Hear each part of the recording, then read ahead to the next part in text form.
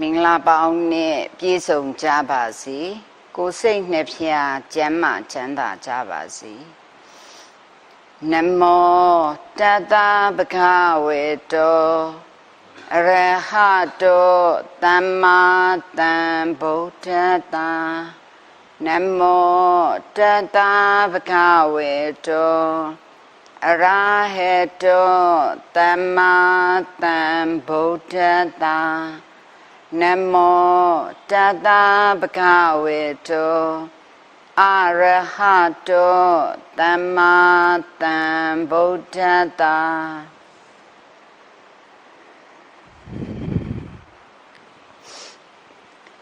ကျမတို့မိလိန်ထပညာကစာမျက်နှာ351မှာနံပါတ်43ကမ္မနာနာကရဏပညာနော်နာမည်လေးတွေလည်းဓမ္မမိတ်ဆွေမျိုးမှတ်ထားမယ်ဒါစေတနာသင်္ခါရကံအဲ့ဒီခေါင်းစဉ်အောက်ကနော်စေတနာစေတသိက်သည်တိုက်တွန်းနှိုးဆော်တယ်နှိုးဆော်တဲ့စေတနာစေတသိက်သည်ကျမတို့ပြုလုပ်အားထုတ်တယ်ဆိုရင်ဒီနေရာမှာသင်္ခါရနော်သူကိုယ်တိုင်လည်းလုပ်တယ်တခြားသောနော်ဖြစ်ပေါ်ဖြစ်ပဲတရားတွေကိုလည်းသူကတိုက်တွန်းနှိုးဆော်တဲ့သဘောရှိတယ်အဲ့ဒါပြုလုပ်ပြီးသွားရင်သူကကံမြောက်သွားတယ်အဲ့တော့ဒီအပိုင်းဆိုင်ရာကိုကျမတို့အဘိဓမ္မာပိုင်းဆိုင်ရာမှာစေတသိက်ထဲကမှ၄ခုမြောက်စေတသိက်ဖြစ်တဲ့စိတ်တိုင်းမှာရှင်တဲ့စေတသိက်တွေက၄ခုမြောက်ဖြစ်တဲ့စေတနာစေတသိက်ကိုကျမတို့ကြည့်နေတာစေတနာစေတသိက်နဲ့ဆိုင်ရာသည်ပညာအနေနဲ့36ပေါ့နော်ပု္ပ္ပာ36အခု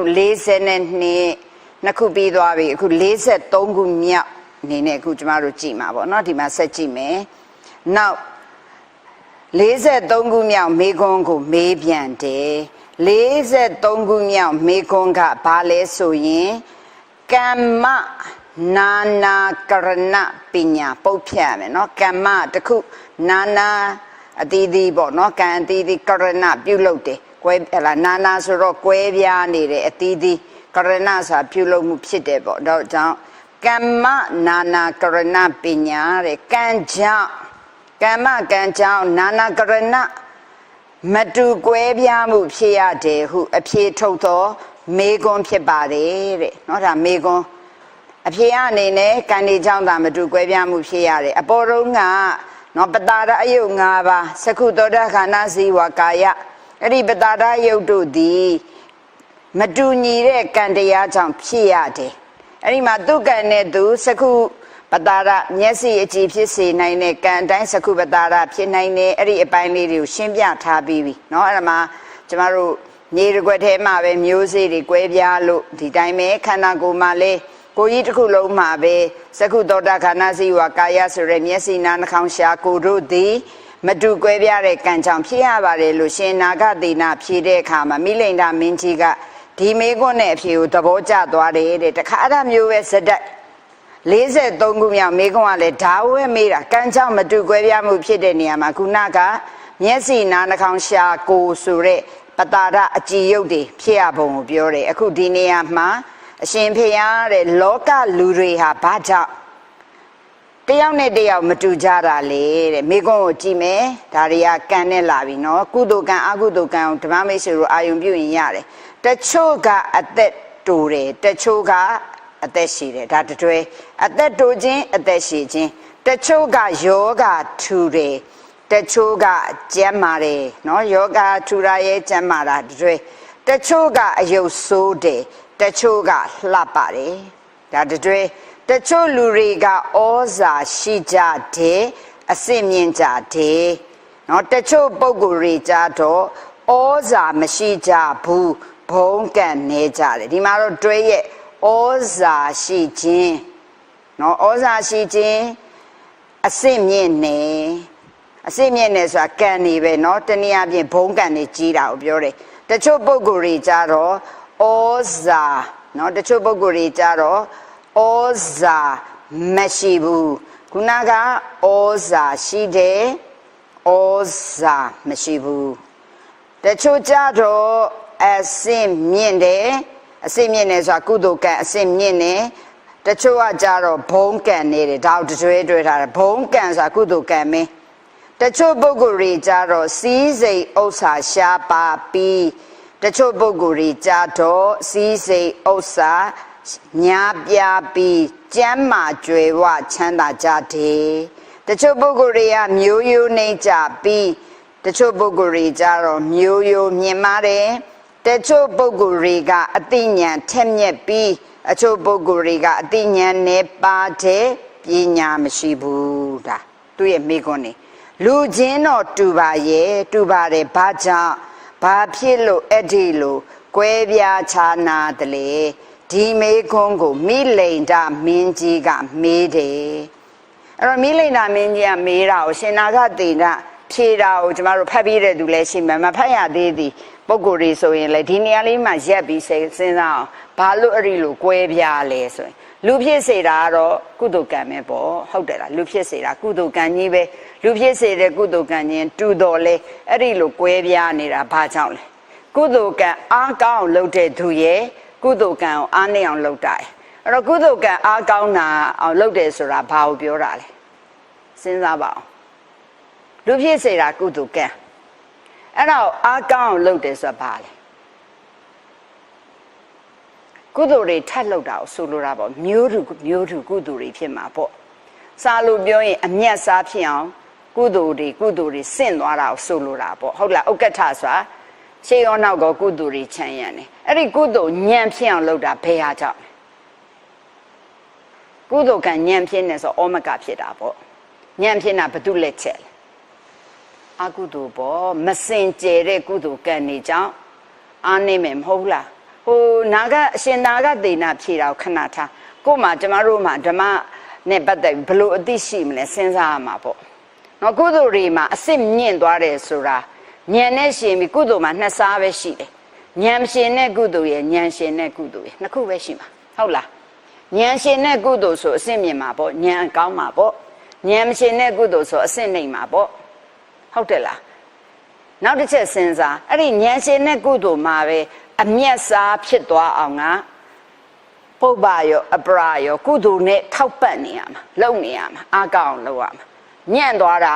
အကုသိုလ်ခြံရံသွားရင်ဟုတ်သလားလို့ဒါကြောင့်ဒီနေရာမှာကျမတို့ကာမကုသိုလ်ဆိုတဲ့ကာမကုသိုလ်ဆိုတာဒါနသီလဘာဝနာပေါ့အကျဉ်းစားပြောရင်၃ခုပဲရှိတယ်ဒါနသီလဘာဝနာကိုအစစ်နေထက်ခွဲရင်ကျမတို့အဘိဓမ္မာ knowledge နဲ့ကြည့်ရင်ဒါနဆိုတာပစ္စည်းဝတ္ထုတွေလှူမှဒါနမှမဟုတ်တာကောင်းမှုတွေပြုလုပ်ပြီးတော့ရတဲ့ကုသိုလ်တွေအမျှဝေလဲဒါနပဲနော်ဟုတ်တယ်လားဟုတ်ပြီနော်သူများလုပ်တဲ့ကုသိုလ်ကိုယ်တိုင်တိုက်တွန်းချစ်မွတ်စိတ်တူတာရုခေါ်ရင်ကောဒါလည်းဒါနအုပ်စုပဲအဲ့ဒီဒါနမှာအစစ်မြင့်သွားတာဉာဏ်နဲ့ရှင်နဲ့စာလို့ပြောရင်ဒိဋ္ဌိစုကံမှာပဲအယုမှန်ကန်သွားရင်နားလဲတယ်နော်ဒါအဘိဓမ္မာသင်ပြီးသားသူစဉ်းစားဖို့ဟိုကိုကအဲ့ဒီနားမှာစာကြက်တယ်ဟဲ့လားကျမတို့ဆိုခဲ့ပါဆိုအဘိဓမ္မာဆိုပုံညာကရိယာဝတ္ထု10ပါငါတို့ကြက်တဲ့ဒါလေးစာမွက်ဖြည့်တယ်ပြီးသွားတာမလို့အောင်ဒီဟာတွေကကိုသိအောင်သွားရမှာလေဒါဆိုရင်ဒါနမှာပစ္စည်းဝတ္ထုလူတာလဲဒါနနော်ဟိုတရားဓမ္မတွေကုသိုလ်ကောင်းမှုတွေလုပ်ပြီးကိုရတယ်လို့ရပါစေဆိုတာလဲပတ္တိဒါနသူများလုပ်တာကိုသာဓုခေါ်ရင်ပတ္တနုမောဒနာသာဓုခေါ်တာဒါလဲဒါနတွေပဲပါတယ်ဒါနဆိုတာ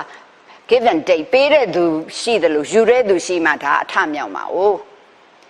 ကုသိုလ်ကောင်းမှုတွေမှာလဲကိုလုပ်တယ်လို့ထပ်တူရပါစေဆိုပြီးတော့အမျှဝေတဲ့သူရှိတယ်လို့သူပေးတဲ့ကုသိုလ်အမျှဝမ်းမြောက်ဝမ်းသာသာဓုခေါ်ရင်လဲသာဓုခေါ်လိုက်တဲ့အခါယူတဲ့သူရှိမှဒီဒါနအထမြောက်မှာပေါ့အဲ့ဒီအချိန်မှာအယုမှန်ကန်ဖို့မလိုဘူးလားတော့ဒါနတစ်ခုပြုတယ်ဆိုတာဘာတွေလိုသေးတယ်လဲစဉ်းစားကြည့်ပါဦးကစီနဲ့နေမယ်ဆိုရင်မလှူနိုင်ဘူးစလို့ပြောရင်မစ္စရိယရှိနေမလှူနိုင်ဘူးလေနော်မစ္စရိယမရှိရင်မလှူနိုင်ဘူးမစ္စရိယမရှိမှမတွန့်တိုပဲနဲ့ကျမတို့မစ္စရိယ၅မျိုးတောင်သင်ခဲ့တယ်မလားနော်တွန့်တိုတယ်2မျိုးတွန့်တိုနေရင်လှူလို့မရအောင်မစ္စရိယမရှိမှဒီလှူလို့ရတယ်လို့ထိုနည်းတူဆိုတာသူများလောက်တာကိုလည်းမုဒိတာဖြစ်မှဝမ်းမြောက်နေမှလည်းသာဓုခေါ်လို့ရတယ်ဒါကြောင့်မစ္စရိယရဲ့ထွက်ပေါက်သည်ပါလေမုဒိတာပါလို့ကျမတို့သင်ခဲ့တယ်ဟုတ်လားလည်းမသိပါဘူးဓမ္မမေရွှေများမေ့ကုန်မယ်ဒါကိုယ့်စဉ်းစားရမှာစားလို့နေရမှာမရက်နဲ့အဲ့လိုစဉ်းစားရမှာเนาะဒါကြောင့်လေเนาะပြုလုပ်တဲ့ကုသိုလ်ကောင်းမှုဒါနကြောင့်ချမ်းသာမယ်ဥစ္စာတွေပေါ်ကျွေးမယ် ဒီကမှတဆင်ဝမ်းမြောက်ဝမ်းသာရှိမယ်ရုပ်အစင်းတွေလှတယ်စသဖြင့်တွန့်တိုးမယ်နော်ကိုလုပ်တဲ့ကုသိုလ်တွေဒါနတွေရနေပေမဲ့တချို့ကိုပစ္စည်းတောင်ကိုမသုံးနိုင်နှက်မျောနေတယ်ကြားဘူးသားပဲမစ္စရိယတထေးကြီးတို့ဘာလို့ကြားဘူးသားပဲနော်ချမ်းတော့ချမ်းသာပါရဲ့ကိုပစ္စည်းတောင်ကိုမသုံးရဘူးမြင်းတွေပါလေမြင်းလဲတွေပါလေစီးသွားလို့ရှိရင်ကုန်မှာဆိုလို့မြင်းကလည်းပေမန်းသွားရင်မြင်းကိုကျွေးရမှာဆိုလို့လှဲဆိုလဲဟောင်းသွားမှာဆိုလို့ဘာလို့လဲလွှာဖက်နဲ့စီးတယ်ရိုးရိုးဖက်နဲ့ဂရီပါဖက်နဲ့တောင်မစီးဘူးလွှာဖက်နဲ့ပဲစီးတယ်ခြေကျင်လျှောက်တယ်နော်ရိုးရိုးထီတော့မဆောင်တိရွက်တွေကိုတီးပြီးတော့ဆောင်းတယ်ကဲတိရွက်ထီဆောင်းတယ်မုတ်စိကြော်လေးစားကျင်တာတော့မှဝယ်စားရင်ပတ်စံကုန်မှာဆိုတယ်ကိုအိမ်မှာကိုရှိတာပစ္စည်းတွေရှိပေမဲ့ဟလာကြော်စားလို့ရှိရင်အကုန်လုံးချွေရန်တင်းပင်းနေရောနောက်ဆုံးသူ့ကိုကြော်ပေးတယ်သူ့မျိုးသမီးဖြစ်တဲ့တထေးမကြီးကိုကျွေးရမှာဆိုတယ်သူ့သားသမီးတွေကျွေးရမှာဆိုလို့ခုနှစ်ဆောင်မြင်းနဲ့ပြတ်သက်ပေါ်တက်ပြီးတော့မုတ်စိကြော်တိုးတိုးတိတ်တိတ်ကြော်စားတယ်စဉ်းစားကြည့်တာကိုပစ္စည်းနဲ့ကိုကက်စီးနေနေတာနော်အဲ့ဒါကြောင့်ဒါလေးတွေကကျမတို့ဒါတုတ်တန်ချောင်းတွေလည်းသင်ဘူးတယ်ဖတ်ဖူးမယ်နာဘူးမယ်နော်အဘိဓမ္မာဆိုင်ရာတွေဆိုလဲအဲ့ဒါတွေသင်ဘူးမယ်ဒါကြောင့်ဒါနတစ်ခုမှာတော့မှအစစ်မြင့်တာအစစ်မမြင့်တာကိုပစ္စည်းကိုသုံးဆွဲနိုင်တာမသုံးဆွဲနိုင်တာနော်ချွေရန်ပေါ်တာချွေရန်နေတယ်ကုလမစ္စရိယရှိတဲ့သူဒီချွေရန်နေတာပဲကုလမစ္စရိယမရှိမှချွေရန်ပေါ်တယ်နော်ဒါတွေက apply နေဒါကြောင့်လောကကြီးမှာအင်မတန်ဆိုးတယ်အိတ်တာတို့မစ္စရိယတို့ကျွန်မခဏခဏပြောတယ်နော်အင်မတန်အရေးလည်းမရအဖက်လည်းမရသူများလည်းမထိခိုက်ဘူးအရင်ဆုံးကိုယ်ကြီးပဲထိခိုက်တယ်နော်အဲ့ဒါလေးကိုသဘောပေါက်နေရမှာဒါကြောင့်ဒီတရားစိုးတွေရဲ့ဒီစိတ်ရဲ့အညစ်အကြေးတွေပဲတနည်းအားဖြင့်အပယ်လေးပုံဆွဲချတဲ့ကြိုးပဲအဲ့ဒီအိတ်တာနဲ့မစ္စရိယသည်သောတာပတ္တိမဲ့နဲ့မှသွားပယ်နိုင်တာအဲ့ဒီသောတာပတ္တိမဲ့နဲ့သောတာပန်မဖြစ်မချင်းတရားရှိနေတာပဲအဲ့ဒီသဘောဒါနတစ်ခုကိုအစစ်နဲ့အောင်လှုပ်သွားနိုင်တယ်ဒါဒီမစ္စရိယမှာကုလမစ္စရိယတွေဆိုချွေရန်သင်ပင်သွားမယ်သူများရဲ့ဂုံသတင်းကိုမုဒိတာကြတော့တော်လိုက်တာကောင်းလိုက်တာချီးမွမ်းနိုင်တယ်မစ္စရိယရှိတဲ့သူကမချီးမွမ်းဘူးထိုနည်းတူဆိုတာအိတ်တာရှိတဲ့သူကလည်းမချီးမွမ်းဘူးအဲ့ဒါတွေပေါ်မူတည်ပြီးတော့နော်ဒီဟာတွေအကုန်ဖြစ်သွားတယ်ဆိုတော့နှခမ်းပြန်တက်လိုက်ရင်ကုသိုလ်သည်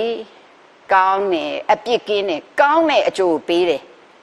အကုသိုလ်ဆိုတာမကောင်းဘူးအပြစ်ရှိတယ်မကောင်းတဲ့အကျိုးပေးတယ်အကုသိုလ်တက်ဆိုရင်သူကသူအပယ်ကိုကြထွက်သွားတာပဲအပယ်လေးပုံပဲကုသိုလ်မှာအကုသိုလ်လာလျောလိုက်ရင်အဲ့ဒီကုသိုလ်ဒီအညံ့အပြင်းဖြစ်သွားတယ်ဉာဏ်နဲ့သာမပါရင်ဒွိဟိဩမကအစစ်အမတန်အနိုင်ဆုံးသောကုသိုလ်ဒီဒွိဟိဩမကဟုတ်ဘူးလားမျက်စိလေးမပြည့်စုံတော့ဘူးနားမပါလာတော့ဘူးဟုတ်လားနားမပြည့်စုံတော့ဘူးအသိဉာဏ်ရည်တွေချို့ရတဲ့စိတ်ဓာတ်တွေနော်စိတ်တွေကစင်ကလျားဖြစ်တဲ့သူစကားတော့မပီတဲ့သူစသည်ဖြင့်ဒီဟာတွေဒီအကုသိုလ်ရဲ့လက်ချက်ဆိုတာမြင်ရအခုမိလိန်တာမင်းကြီးကမေးနေတယ်တချို့ကဘာဖြစ်လဲအသက်ရှည်တယ်တချို့ကြတော့အသက်တိုတယ်အသက်ရှည်တာဘာကြောင့်လဲသူ့အသက်သက်ချင်းကရှောင်လို့ပေါ့အသက်တိုတာဘာကြောင့်လဲသူ့အသက်သက်လို့ပေါ့ဟုတ်လားဒါပဲလေဒါကတော့အကုသိုလ်အကုသိုလ်ကွဲတယ်တချို့ကယောဂထူတယ်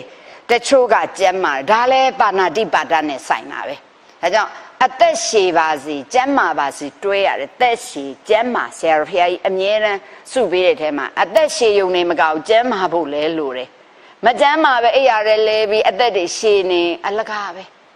နော်ဒါကြောင့်ကျမ်းမာပြန်တော့အသက်တိုရင်လဲအလကားပဲဒါကြောင့်သက်ရှည်ကျမ်းမာပါစေဒါပါဏာတိပါဒရဲ့ဟာတချို့ကအယုတ်ဆိုးတယ်တချို့ကလှပါတယ်တွေးကြည့်ဒါဒေါသပဲပေါ့နော်သူများတဲ့သူဒီဒေါသကြောင့်တတ်တယ်လို့ပဲဒေါသအမျက်ခံတဲ့သူပြင်းထန်တဲ့သူဒီအယုတ်ဆိုးတယ်အကြည့်တန်တယ်နော်တချို့ကြတော့လှပါတယ်တချို့ကဩဇာရှိတယ်အစစ်မြင့်ကြတယ်ဆိုတာကုသိုလ်ကောင်းမှုဩဇာရှိတယ်ဆိုတာနော်နှုတ်ကပြောလိုက်ရင်ဩဇာအာဏာရှိတယ်သူပြောလိုက်တဲ့စကားတစ်ခုကိုနားထောင်ခြင်းနဲ့အဲ့ဒါဘာဖြစ်လို့လဲဘာရဲ့အကျိုးဆက်လဲမုဒ္ဒဝါဒသိက္ခာပုဒ်လုံတဲ့အကျိုးဆက်ပေါ့နော်မူသားစကားပြောဆိုညာကစကားမပီသွားမညီဒီပုံညီပါဇက်6ကပ်9ရေနော်ဒါမုဒ္ဒဝါဒရဲ့အကျိုးဆက်မုဒ္ဒဝါဒရှောင်လိုက်ပြီသစ္စာစကားပြောတယ်နော်ချစ်ချင်းကိုတယောက်တယောက်ချစ်ချင်းကိုညီညွတ်စေတယ်ကွဲနေတာတွေကိုဆစ်ဆက်တယ်အဲ့ဒါသူတော်ကောင်းလို့ခေါ်တယ်လို့ကျမတို့တာဝရဏနတ်များချင်းမွန်အပ်တဲ့နော်သူတော်ကောင်းတွေရဲ့9ချက်တဲ့ပါလားမပါဘူးလားနော်သူတို့ဘာတယောက်တယောက်မညီညွတ်ရင်ညီညွတ်အောင်လုပ်ပေးတယ် စသည်ဖြင့်ပေါ့ဒါတွေပါဒါကြောင့်ဩဇာရှိတယ်ဆိုတာဝစီဒုစရိုက်ကိုရှောင်တဲ့သူတွေဩဇာရှိအစစ်မြင့်နဲ့ဘုံကံကြီးမားတာဒီကုသိုလ်ကောင်းမှုတွေလောက်တိုင်းစင်ကြယ်တာကိုဆိုလိုတယ်အကြမ်းမြင့်တချို့တွေကစီးစိမ်ရှားပါတယ်တချို့ကကြတော့စီးစိမ်ဥစ္စာပေါ်များတယ်ဒါနကုသိုလ်ရဲ့စွမ်းအားနော်မလူရင်မရှိတော့မလူပေါ့ဟလားမလူလို့မရှိတော့ရှိเสียမလို့ဟလာဒါနဆိုတာပြုတ်တဲ့ကိုစားမဲ့စွန်ကိုစားမဲ့ထမင်းလုတ်ကလေးရလဲလှူလို့ရတယ်စသည်ဖြင့်ပေါ့နော်ဒါတွေစက်ကြည့်ရမယ်တချို့ပုဂ္ဂိုလ်တွေကမျိုးရိုးနှိမ့်ကြတယ်တချို့ကမျိုးရိုးမြင့်တယ်အမျိုးရိုးမြင့်တယ်ဆိုတာမာနခက်ထန်ရဲ့အမျိုးရုပ်သွားတာပဲမာနနော်မာနမရှိဘူးဆိုရင်အမျိုးမြင့်တယ်အဲ့ဒါလေးက apply ပေါ့ကိုသိတဲ့ဘုဒ္ဓတွေနဲ့အဲ့ဒီကနေဆက်ပြီးတော့နော်ရှင်နာကသေနာကဘလို့ဖြေမလဲလူချင်းတော့တူတယ်ဘာကြောင့်အဲ့လိုကွဲပြားလဲဆိုနှကန်းလေးကိုဘာတွေပဲဖြစ်ဖြစ်အကုန်လုံးဖယ်လိုက်အချင်းချုပ်ကလေးနှကန်းတက်ပြီးတော့ကြည့်ကြမယ်ဆိုရင်နော်ကုသိုလ်တွေမှာညံ့ဖြင်းခြင်းသည်အကုသိုလ်ပါဝါလို့ကုသိုလ်တွေမှာမြင့်သွားတာကုသိုလ်စင့်တဲ့နေရာမှာဘယ်ကုသိုလ်လဲကုသိုလ်မှာအစင့်မြင့်ဆုံးကုသိုလ်သည်ဉာဏ်နဲ့ရှင်လာရင်ဉာဏ်ပါရင်အစစ်မြင်သွားတယ်ဩက္ကဋ္ဌဆိုပုံမြတ်သွားတယ်နားလည်ပြီနော်ဉာဏ်မပါရင်အစစ်နှိမ့်နေအဲ့ဒီမှာဩမကဖြစ်လို့ကတော့အနှိမ့်ဆုံးကုသိုလ်ဖြစ်သွားတယ်ကုသိုလ်ပဲဒါကြောင့်လူဖြစ်တာဘာကြောင့်လဲလူဖြစ်တာဘာကြောင့်ကုသိုလ်ကြောင့်ကုသိုလ်မှာလူချင်းကွဲပြားတာကုသိုလ်အစဉ်တန်းပေါ်လဲမူတည်တယ်အကုသိုလ်ရောရှက်တာလဲပါသွားလိမ့်မယ်နော်ဒါကဲဆက်ပြီးတော့ကြည့်မယ်ရှင်နာဂသေနာဂတဲ့မိလိန်ဓာမင်းကြီးရဲ့အမေးကိုမဖြေမီတဲ့သူမေးခွန်းကိုမေးခွန်းချင်းစွန့်ပြီးတော့ထုတ်လိုက်တယ်ကိတ္တပါဏမဟာရာဇာရုက္ခာဏတပ်ပေသမကမင်းကြီးမဟာရာဇမင်းကြီးတဲ့ရေကြီးပေါ်ပေါက်တာခြင်းတူလျက်သားနေတဲ့တစ်ပင်တွေဟာဘာကြောင့်မတူတာလဲကိတ္တပါဏရုက္ခာနတဗိသမကာဆိုပြီးတော့မြေကြီးမှာပေါက်တာခြင်းတူတယ်တစ်ပင်တွေဘာကြောင့်ကွဲပြားတာလဲဒီမြေတစ်ခွက်ထဲမှာပဲဓမ္မမိတ်ဆွေတို့တွေ့ဘူးမှာပဲဓမ္မမိတ်ဆွေတို့အိမ်နေမှာလဲနော်ခြံနဲ့ဝင်နေဆိုလဲသိလို့ရတာပဲနော်နောက်ဆုံးနော်ဒီကြည့်လိုက်လို့ရှိရင်တချို့အပင်ကချင်းနေနော်ဒီမြေပေါ်မှာပဲတံမြာပင်စိုက်ထားရင်ချင်းတာပဲတဲပင်ထည့်ထားရင်ချိုတာပဲတဲပင်ချင်းတူတောင်ကွဲအောင်မှာပဲဒါကြောင့်တချို့ပင်ကချင်းနေတချို့ပင်ကငန်းနေတချို့ပင်ရဲ့အရာသာကခါတယ်တချို့ပင်ကစက်တယ်တချို့ပင်ကဖမ်းနေတချို့ပင်ကချိုးတယ်ဘာကြောင့်မတူတာလဲဒါဆိုရင်မိလိန်ဓာမင်းကြီးကလူနဲ့ပတ်သက်ပြီးမေးတယ်ရှင်နာဂသေနာခမဖြေမီမြေပေါ်ပေါက်တဲ့အပင်ကိုနှိုင်းရှင်ပြတယ်ဘာကြောင့်မတူတာလဲအဖြေမပေးသေးဘူး question ပြန်မေးတယ်အဲ့ဒီအခါမှာဟုတ်တယ်လေတဲ့ဆရာတော်ဒါရှင်းပြတာဟုတ်တယ်လေအရွက်ကိုကောက်ဝါကြည့်ဓမ္မရွက်ကိုကောက်ဝါကြည့်ခါတယ်လေတချို့ရွက်တွေကချိုတဲ့ရွက်ကိုကောက်ဝါကြည့်ချိုပြန်ရောအားလုံးမြေကြီးပေါ်ကပေါက်တာကြီးပဲဒီမြေစီနဲ့ဒီတောက်ပြီးကြီးလာကြတဲ့တစ်ပင်တွေဖြစ်ပါရဲ့နဲ့မြေစီရေစီချင်းတူပါလျက်သားနဲ့ခွေးတောက်တို့တမာတို့ကြတော့ခါနေပြီးဇီးပြူသီးကြတော့ချင်းနဲ့ဖမ်းနေငရုတ်သီးကဆက်တယ်ဘာဖြစ်လို့လဲဒါဆိုမိလိန်နာမင်းကြီးကဖြေးပြီးမင်းညာပိဗန္ဒီဘိဇာနနာနာကရဏီနာဗန္ဒီအရှင်ဖျားမင်းညာပိဘိဇာနနာနာကရဏီနာတပည့်တော်ထင်တာတော့မျိုးစေ့မတူလို့ထင်ပါတယ်ဟုတ်လားမျိုးစေ့မတူတဲ့အတွက်ကြောင့်တစ်ခုတည်းမှာရေပေါ်မှာပေါက်တာချင်းအတူတူကွဲပြားတယ်လို့တပည့်တော်ထင်ပါတယ်ဒီအောက်မှာဆရာတော်ရှင်းတာအချိုးမျိုးစေ့ကပေါက်လာတဲ့အပင်အားချိုးတဲ့အခါမျိုးစေ့ကပေါက်လာတဲ့ပေါက်လာရင်ခါတဲ့အဖမ်းမျိုးစေ့ကအစံမျိုးစေ့ကပေါက်လာရင်စံနဲ့ဆက်တဲ့ဖမ်းနဲ့ဒီလိုဖြစ်မယ်မျိုးစေ့တွေနော်မျိုးစေ့ကြောင့်ပြောင်းလဲမှုတွေရှိတယ်လို့ဆိုလိုတယ်ဆိုကျမတို့ကမှတ်စုရေးတဲ့သူဆိုရင်မေးခွန်း question ကပါနော်သူမေးတာနော်ပြန်ဖြေတဲ့အချိန်မှာပြန်မေးတာပါအတူလေးပဲနော်ဒီမှာဆိုရင်သူမေးတာကလူချင်းဘာကြောင့်ကွဲပြားလဲလူချင်းတူပါလျက်ဘာလို့ကွဲပြားတယ်လဲတော်ပြီနော်တခါရှင်နာဂသေနာကမဖြေခင်မြေတကွယ်ထဲမှာနော်ပေါက်တဲ့အပင်ချင်းမတူတာဘာကြောင့်လဲအဖြေရပါလေ မိလိန်တာမင်းကြီးကဖြေတာမျိုးစေ့မတူလို့ထင်ပါတယ်ပြီးပြီနော်ဒါဆိုရင်ရှေနာကသေနာကဖြေတော့မယ်ဒီလိုပါပဲမင်းကြီးတဲ့အဖြေလာပြီကံဒီမတူကြလို့လူတွေဟာတယောက်နဲ့တယောက်မတူကြတာဖြစ်ပါတယ်ဟုတ်လားဒါပဲမိမ့်မယ်ဟိုကအဲ့ဆိုဘာနဲ့ဥပမာနဲ့ဥပမာကနော်မျိုးစေ့နဲ့ဘာနဲ့တူလဲကံနဲ့တူတယ်ဒီအပင်ဒီမြေခွက်ထဲမှာပေါက်တဲ့အပင်ချင်းတူပါရဲ့နဲ့အချိုအချင်းအဆန်အဖက်အပင်တွေကွဲပြားတာဘာကြောင့်လဲမျိုးစေ့ကြောင့်ဒီလိုပါပဲနော်ခုဘဝမှာလူချင်းဖြစ်တာချင်းတူပါလျက်ဘာကြောင့်အဲ့ဒီလိုကွဲပြားနေကြတာလေနော်ဒါဆိုရင်ဘာဖြေလဲကံဒီမတူကြလို့လူတွေတယောက်တယောက်မတူတာရှင်းပါတယ်နော်တမေတဖေတွေကမွေးတဲ့ညီကိုမောင်နှမချင်းတူတာတောင်ကံချင်းမတူဘူးရှင်တချို့ကြရင်ပိုတောင်ထူးကြတယ်နော်သားအိမ်တစ်ခုတည်းမှာလာပြီးတော့အတူတူအမွှာညီမညီကိုနေနဲ့လာဖြစ်တယ်ကံချင်းမတူဘူးဟုတ်တယ်လားတချို့ကဒီအမွှာချင်းတူတူဟလာခေါင်းချင်းဆက်တာဗာရိုးရိုးကတမွှာပင်မဲ့တက်စီကောင်းတယ်တချို့ကြတော့ယင်ချင်းဆက်တို့ခေါင်းချင်းဆက်တို့စသည်ဖြင့်ကျမတို့တွေ့ခဲ့ဘူးသားပဲမနန်းဆိုးတို့မနန်းဆန်တို့အေးငိမ့်တို့အီငိမ့်တို့နော်ဒါတွေကျမတို့မြင်ဘူးထားတာခုနောက်ပိုင်းမှာဆိုအဲ့ဒါတွေကအရင်တော့ခေတ်ကတော့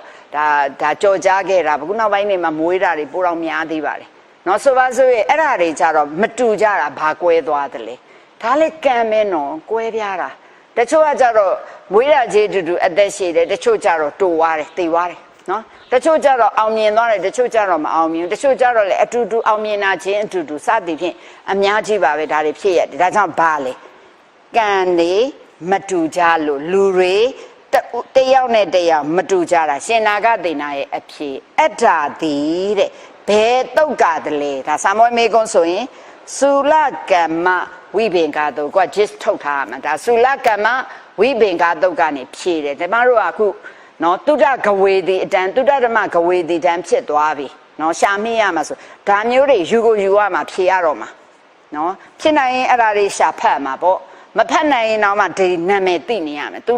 ဒါပါလေသုလကမ္မဝိဘင်္ဂတုတ်ကဲအဲ့ဒီမှာအချက်တွေလာပြီတဲ့ကဲအဲ့ဒီမှာကျွန်မအယောင်လေးတွေခြေပေးထားတယ်ဓမ္မမိတ်ဆွေတို့ပါဠိလေးတွေဓမ္မမိတ်ဆွေတို့ line တားထားပေါ့ကမ္မတကာမာနဝတတ္တာတဲ့မာနဝဆိုတာလူငယ်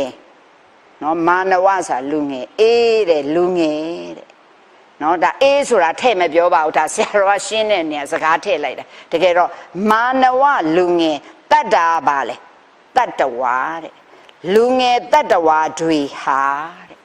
ရှင်းမယ်နော်ဒါကြောင့်မာနဝတတ္တာပေါ့အဓိကပါဠိကိုပြန်ရင်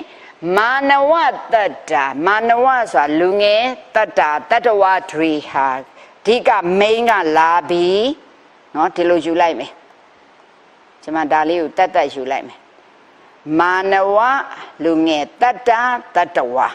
လူငယ်တွေဟာအဓိကမင်းကဘာလဲကမ္မတကဒီစလုံးကျက်ရမယ်ကမ္မတကကျက်ရမယ်စလုံးကမ္မတကကံဆိုတဲ့ကိုယ်ပိုင်ဥစ္စာရှိတယ်ကမ္မတကကံတာလင်ကိုယ်ပိုင်ဥစ္စာရှိကြတယ်လူငယ်တတ္တဝါတွေဟာမဟုတ်တကယ်တော့လူတွေဟာပေါ့လူတွေဟာပဲဒီကဒါပေမဲ့မြတ်စွာဘုရားမာနဝဆိုတဲ့စကားလုံးလေးထည့်သုံးလိုက်တော့လူငယ်ပေါ့လူငယ်ပဲလူငယ်ကဒီတိုင်းနေငယ်နေမှာလား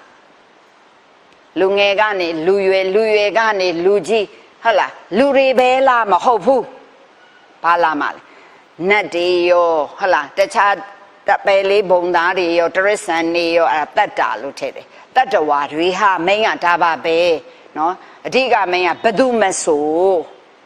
ကမ္မတကကံဆိုတဲ့ကိုယ်ပိုင်ဥစ္စာရှိတယ်နံပါတ်1အချက်ကမ္မတကဒါကြောင့်ကျမတို့ကဒီစကလုံးကမစိမ်းဘူးကျမတို့ကြားဘူးတယ်ဘယ်လိုကြားဘူးလဲ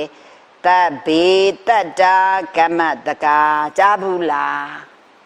ဘယ်ဗျမဝိဟာရမှာသုံးတယ်လေနည်းနည်းလေးဟင့်စာပါသေးတယ်ဘယ်ဗျမဝိဟာရမှာတွေ့ဘူးလေတပိတတ္တာကမ္မတကဘယ်မှာကြားဘူးလဲ ဗျမဝိဟာရတရားဘယ်နှပါ၄ပါးအဲ့ဒီမှာဘယ်ဗျမဝိဟာရမှာ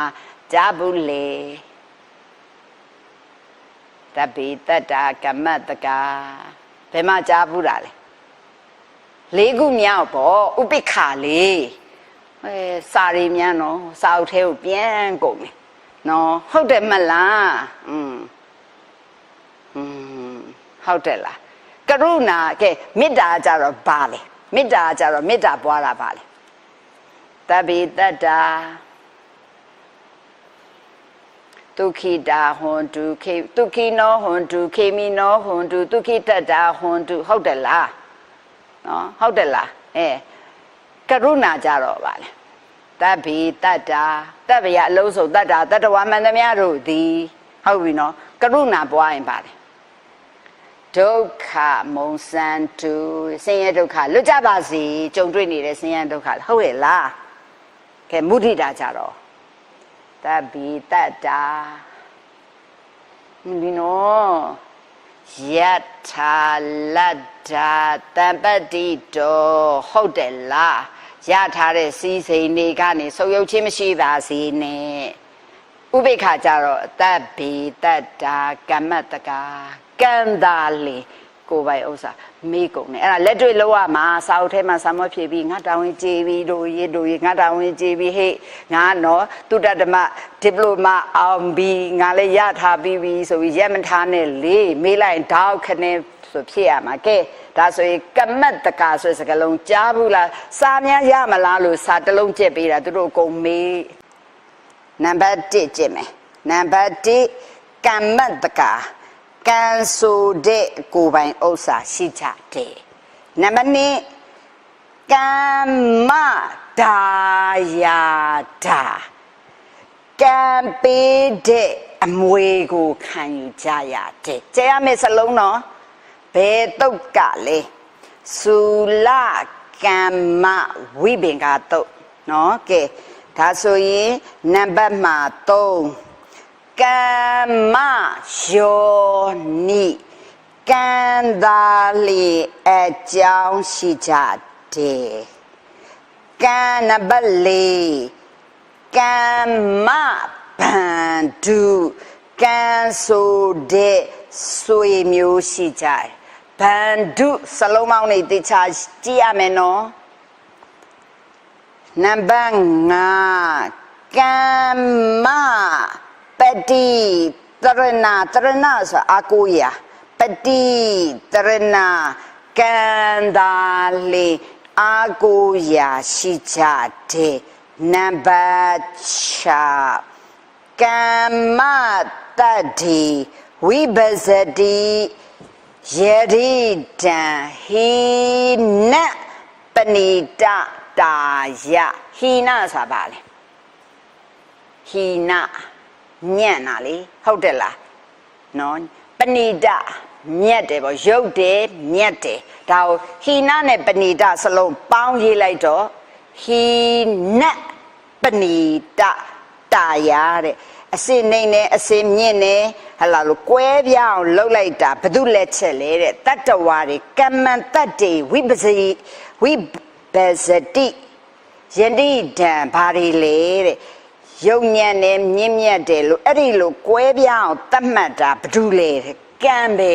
တဲ့ဒါကိုပဲအစင်အတန်းချင်းတတ္တဝါတွေအစင်အတန်းချင်းမတူအောင်ကံကခွဲခြားသတ်မှတ်ပါတယ်အလုံးပေါင်းဘယ်နှချက်6ချက်ကျဲ့ရမယ်အပိုင်းဖြစ်သွားပြီသုလဝိဘင်္ဂတောကဲပြန်ကြည့်မယ်တဗ္ဗေတတ္တာနဲ့အတူတူပဲနော်ဒါကြောင့်ဆရာတော်ကမာနဝဆိုတာလေးထည့်လိုက်တာဒါကြောင့်မာနဝတတ္တာကမ္မတကာမာနဝတတ္တာဆိုတာ subject ကိုယူလိုက်တာဒါဥဒီနေရာမှာမယူရင်တဗ္ဗေတတ္တာလို့ယူလဲအတူတူပဲတဗ္ဗေတတ္တာကမ္မတကာကမ္မဒါယာတာကမ္မယောနိကမ္မဗန္ဓုကမ္မပတိတရဏကမ္မံတတ္တိဝိပဇ္ဇတိယတိတံဟိနပဏိတတာယဟုတ်ပြီနော်မြန်မာလိုကြက်မယ် တတ္တဝါတွေသည်ကံသာလျင်ကိုယ်ပိုင်ဥစ္စာရှိကြသည်ကံပေးသောအမွေကိုခံယူကြရမည်ဟုတ်တယ်လားဒါဟိုကဆရာတော်ကဟောတရားဆိုစကားနဲ့ပြောတာကျမတို့ကစာနဲ့ရေးရမယ်ကိုယ့်ကိုရေးတော့နော်နောက်တစ်ခါကံသာလျင်အကြောင်းရှိကြသည်ကံဆိုသောဆွေမျိုးရှိကြသည်ကံသာလျင်အာကိုရာရှိကြသည်အစဉ်အတန်းချင်းမတူအောင်ကံသာလျင်အစဉ်တန်းချင်းမတူအောင်ခွဲခြားသတ်မှတ်ကြသည်ရပြီနော်အလုံး6ချက်ဒါကြောင့်အဖြေလာပြီလူချင်းတူတော်လေအသက်တူတယ်အသက်ရှည်ရတယ်တဲ့ဘယ်အရာကခွဲခြားသတ်မှတ်တာတုံးဆိုရင်ကံကခွဲခြားသတ်မှတ်တာရှင်းပြီနော်ဒါစကားဆရာတော်ကဂျားဖြတ်ပြောဗုဒ္ဓဘာသာဝင်မဟုတ်တဲ့သူတွေရဲ့အမြင်မှာတော့အဲ့ဒီလိုအသက်တူတာအသက်ရှည်တာဘသူကသတ်မှတ်ပေးတယ်ဆိုတယ်လေဖယားသခင်ကသတ်မှတ်ပေးတယ်လို့ဆိုကြတယ်ကျမတို့ကျေးဇူးတော်ရှင်မြတ်စွာဘုရားကတော့ဘာကသတ်မှတ်လဲအသက်တူခြင်းအသက်ရှည်ခြင်းသည်ကံကသာသတ်မှတ်တာဒါပဲဟုတ်ပြီနော်တခြားမှာတော့ဘုရားသခင်အလိုကြားလို့ပြောတယ်ဒီနေရာမှာစဉ်းစားကြည့်တဲ့ဘုရားသခင်ကဖန်ဆင်းလို့တတ္တဝါတွေဟာစူကြုံနှိမ့်မြင့်ဖြစ်ရတယ်ဆိုရင်ဒါကကျမတို့ဘာသာတရားလိုက်နာကျင့်သုံးခြင်းရဲ့ရည်ရွယ်ချက်မှာဒါတွေခန္ဓာတွေပါပြီးသားနော်ခုဆိုရင်ကျမတို့ရင်တော့ကလည်းစိတ်ထဲမှာတော့တိကောင်းသိမယ်သို့တော့ဒီဟာတွေအခုသင်လာတဲ့အချိန်ကျတော့ကို့မှာအဲ့ဒီအယူတွေအမြင်တွေပို့ပြီးတော့ရှင်းသွားပြီဟုတ်လားအဲ့ဒါမျိုးကျမတို့ဒီဘယ်အရာမဆိုနော်ဖန်ဆင်းရှင်အလိုကြဆိုဝိတမဟေတုနော်ဝိတမဟေတုဖန်တာမကြီးဟိုပါပေါ့ဖန်ဆင်းရှင်ကဖန်ဆင်းတယ်ဆိုတော့အကြောင်းကျမတို့လက်မခံနိုင်တော့ဟုတ်ပြီနော်ဘာလို့လဲအဲ့ဒါဘာလဲဆိုရင်ဉာဏ်ဒီဟုသောစေကုသမားနဲ့တွေ့သွားလို့တနည်းအားဖြင့်ပညာဉာဏ်ကြီးသောကျေးဇူးတော်ရှင်မြတ်စွာဘုရားမြတ်စွာဘုရားလွန်တော်မူသောလေဘုရားရဲ့အဆုံးအမကိုတည်ဆောင်လာသောတန်ဃာတော်ရှင်သူမြတ်များကျေးဇူးသင်ကြားပေးတဲ့ဆရာသမားတွေခုကျမတို့ဆရာတော်ကြီးပေါ့နော်ဆရာတော်ကြီးတွေရဲ့ကျေးဇူးဟောကြားပေးတဲ့ဆရာတော်ရဲ့ကျေးဇူးနော်မိကောင်းမိဘကောင်းတွေရဲ့ကျေးဇူးဒါတွေရဲ့ကျေးဇူးကြောင့်ကျမတို့မှာဉာဏ်ဒီဟုသောစေကုသမားနဲ့ကလျာဏမိတ်တပုဂ္ဂိုလ်တွေရဲ့စေဉာဏ်ကြောင့်ကျမတို့မှာမသိခြင်းဆိုတဲ့အဝိဇ္ဇာကွာထွက်နေတာဒါပဲเนาะဒါလေးတွေမြင်ရမယ်ဒါကြောင့်ဒီနေရာမှာစဉ်းစားကြည့်မယ်ဆိုရင်ဖယားသခင်ကဖန်ဆင်းလို့တတ္တဝါတွေဟာစူကြုံနေမြင့်ဖြစ်ရတယ်ဆိုရင်တဲ့အဲ့ဒီဖယားသခင်ကိုအပြစ်တင်မဲ့လူတွေအများကြီးဖြစ်လာလိမ့်မယ်တဲ့ဖယားသခင်ကိုမကျေနပ်တဲ့သူတွေဆန္ဒပြတဲ့လူတွေအများကြီးဖြစ်လိမ့်မယ်ဘာကြောင့်လဲဆိုရင်အဲ့ဒါများသောအားဖြင့်ငယ်တုန်းကအခုဖြစ်နေတဲ့နောက်ခုခေတ်ဆိုရင်ဒီနေရာမှာပိုတော်များလာတယ်လူငယ်တွေမာနဝတွေများတယ်ဟုတ်လားမဟုတ်ဘူးလားလူငယ်တွေပတ်ဝန်းကျင်ကိုကြည့်ပြီးတော့တချို့ဆိုရင်ဘာသာမဲ့တွေတောင်အများကြီးဖြစ်နေကြတယ်ကျမတို့ရှင်းရှင်းပြောရင်ရှက်စရာတော့ကောင်းတယ်ကိုယ့်ပိုင်ကိုလှန်ထောင်းရတယ်လို့ပဲဗုဒ္ဓဘာသာဆိုတာဖယားကိုတော့သူတို့မယုံလာကြတော့ဘူးเนาะတရားကိုလည်းမယုံเนาะတရားကိုမယုံလာတဲ့အတွက်လက်တွေ့ကျင့်သုံးနေတဲ့ပုံကိုယ်တွေကိုပတ်ဝန်းကျင်ကိုကြည့်လိုက်တော့လေယုံခြင်းစရာမကောင်းတော့ဒါကြောင့်အဲ့လိုတွေဖြစ်လာဘာဖြစ်လို့တော့ဆိုရင်တဲ့လောကကြီးမှာချမ်းသာတဲ့လူနဲ့ဆင်းရဲတဲ့သူဘသူများလဲဆိုရင်ဆင်းရဲတဲ့လူကများတယ်တဲ့ဆင်းရဲတဲ့လူတွေကဖယားသခင်ကသူ့ကိုဆင်းရဲအောင်ဖန်ဆင်းနေဆိုရင်မကြေမနပ်ဖြစ်ရမှာတဲ့ဒီချိန်မှာဘာလို့ကျမတို့ရဲ့မြတ်စွာဘုရားညွှန်ပြလဲငါဖန်ဆင်းတာမဟုတ်ဘူးအဓိကအဲ့ဒီလိုကွဲပြားတဲ့လက်ချက်ကဘာလဲကံတရားတဲ့နော်ကံတရားလို့လက်ခံလိုက်မယ်ဆိုရင်တဲ့ဘသူ့ကိုမှအပြစ်တင်เสียမရှိတော့ဘူးတဲ့အပြစ်တင်ဘသူ့ကိုပဲအပြစ်တင်ရမယ်ကိုဟာကိုပဲအပြစ်တင်ဖို့ရှိတယ်တဲ့ဟုတ်တယ်လားဒါကြောင့်မို့ဘသူမပြုမိမိမှုကိုလုတ်တဲ့အတိုင်းကိုရဆိုတဲ့အဓိပ္ပာယ်ဟာတဲ့စိတ်နေသဘောထားကိုပို့ပြီးတော့ယဉ်ကျေးသိမ်မွေ့အောင်ငြိမ်းချမ်းသွားအောင်ဖြစ်စေနိုင်ပါတယ်တဲ့ဟုတ်တယ်လားအတ္တဤအတ္တနောနာထောမိမိကိုယ်သာကိုယ်ကိုယ်ရာဆိုတာကျမတို့သိခဲ့ပြီးပြီဟုတ်တယ်လားဘသူမပြုမိမိအခုနေဟလာချမ်းသာတာလဲကိုလုတ်ခဲ့တဲ့အကြောင်းကြောင့်နော်ဆင်းရဲသွားတာလဲကိုလုတ်တဲ့အကြောင်းကြောင့်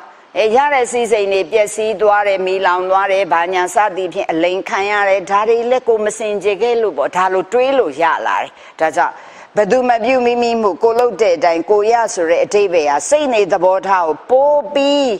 ရင်ကျေးတိမ်မွေးအောင်ငြိမ်းချမ်းသွားအောင်ဖြစ်စေနိုင်တယ်တဲ့ဆင်းရဲတာလဲကိုယ်တိုင်လုပ်ခဲ့တာပဲချမ်းသာတာလဲကိုယ်တိုင်လုပ်ခဲ့တာပဲဆင်းရဲချမ်းသာတယ်ဆိုတာဘသူကိုမှအပြစ်တင်စရာမလိုတော့ဘူးဒီလိုပဲအသက်ရှည်တယ်တိုးတယ်ဆိုတာလဲဘသူမှအပြစ်တင်စရာမလိုကိုယ်တိုင်လုပ်ခဲ့လို့ဖြစ်ရပါတယ်ဆိုပြီးတော့ခုနသုလဝိပင်္ဂတုတ်ကိုနော်သုလကမ္မဝိပင်္ဂတုတ်ကိုကိုးကားတဲ့နေရာမှာဒီမှာထပ်ပြီးဆရာတော်ဘုရားကအရှိခုန6ချက်ကိုမူတည်ပြီးတော့သွားမယ်နော်ကဲသုလကမ္မဝိပင်္ဂတုတ်မှာရှင်းထားတယ်တဲ့ဘာဖြစ်လို့အသက်ရှည်တယ်လဲ question လေးလာပြီနော်မိလိန္ဒမင်းကြီးရဲ့ question ဘာဖြစ်လို့အသက်ရှည်လဲဘာဖြစ်လို့အသက်တူတယ်လဲကဲအဖြေကဘာတဲ့လဲပါဏာတိပါဒလှုပ်လို့အသက်တူတဲ့ပါဏာတိပါဒကရှောင်ခဲ့လို့အသက်ရှိတဲ့ဟုတ်ပြီနော်ကဲဘာဖြစ်လို့ယောဂများတာလဲဘာဖြစ်လို့ကျမ်းမာတာလဲသူများကိုနှိပ်စက်ခဲ့ရင်ယောဂများတဲ့မနှိပ်စက်ဘူးနော်တနာကျင်နာမေတ္တာပွားတဲ့ပုဂ္ဂိုလ်တွေဟာယောဂနေတဲ့ဘွားဖြေတွေပြန်ကိုယ့်ကိုတွေ့ဘာဖြစ်လို့အယုတ်ဆိုးတာလဲဘာဖြစ်လို့ရုပ်အစင်းလှတာလဲဒေါသကြီးတဲ့သူကအယုတ်ဆိုးတယ်မေတ္တာပွားတဲ့သူကရုပ်စင်းလှပါတယ်ရှင်းနေနော်သူ့အကြောင်းနဲ့သူကိုလှုပ်ထားခဲ့တဲ့ကံတရားတွေရဲ့ကံကြမ္မာပုံရိပ်တွေဟာကိုဘဝမှာလာပေါ်တယ်ဂျိမုံမှန်လို့ပဲအခုဘဝကိုလည်းကိုရထားတာကိုကြည့်ကိုရဲ့ကံတွေကိုလှမ်းမြင်လို့ရတယ်ဟုတ်တယ်လားကဲစမင်းတစ်ပင်မျိုးစုံဟာဗီဇကိုအခြေခံပြီးအရသာပြောင်းလဲသလိုလူတွေဟာတယောက်နဲ့တယောက်မတူတာကံဆိုတဲ့ဗီဇမျိုးစေ့ဗီဇနဲ့ဆိုင်တယ်ဒီနေရာမှာကံဟောဘာနဲ့ပြလဲမျိုးစေ့ဗီဇနဲ့ဆိုင်တယ်လို့နော်ဒီနေရာမှာတစ်ပင်မျိုးစုံဟာဗီဇကိုအခြေခံပြီးအရာသာပြောင်းလဲသလိုဒါဘု து အဖြေလဲတစ်ပင်မျိုးစုံဟာမြေတစ်ခွက်ထဲမှာပေါက်တာချင်းအတူတူတစ်ပင်မျိုးစုံဟာဗီဇကိုအခြေခံပြီးအရာသာပြောင်းလဲသလိုဒီဖြေကဘု து ဖြေမိလိန်ဒါမင်းကြီးရဲ့အဖြေတွေ့လားဟုတ်တယ်နော်လူတွေဟာတယောက်တယောက်မတူတာကံဆိုတဲ့ဗီဇမျိုးစေ့နဲ့ဆိုင်တယ်ဒါဘု து ဖြေလဲသုလကမ္မဝိပင်္ဂတုံမှာမြတ်စွာဘုရားဖြေတယ်လေအဲ့ဒီအဖြေကိုဘသူကယူပြီးတော့ပြန်ဖြေပြတာလေမိလိန်သာမင်းကြီးကလူတွေမှာအသက်လူချင်းတူပါလျက်နဲ့အသက်တိုးတဲ့အသက်ရှည်တဲ့စသည်ဖြင့်ရုပ်စင်လာတဲ့ရုပ်စင်တူရုပ်စင်မလှဘူးเนาะကျမ်းမာတယ်မကျမ်းမာဘူးတချို့ကချမ်းသာတယ်တချို့ကဆင်းရဲတယ်တချို့ကအာဇာတကိုးအာနာဩဇာရှိတယ်တချို့ကျတော့မရှိဘူးဘာကြောင့်လူချင်းတူပါလေကွဲတယ်လေဆိုတော့ရှင်နာဂသေနာမိလိန်သာမင်းကြီးကိုပြန်မေးတယ်မဟုတ်ဘူးလားမြေတကွဲထဲမှာတစ်ပင်နေမှာအရသာတွေကွဲပြားတာဘာကြောင့်လဲဆိုတော့မိလိန်သာမင်းကြီးကဖြေတယ်လေမျိုးစေ့ချင်းမတူလို့အဲ့ဒီလိုပဲနော်လူချင်းတူပါလျက်နဲ့အဲ့ဒီလိုကွဲပြားတာဘာကြောင့်လဲကံနေကြောင့်မှလို့ရှင်နာဂသေနာသည်ဘယ်တုတ်တံကိုကိုးကားပြီးဖြေတာလဲဆိုရင်သုလကမ္မ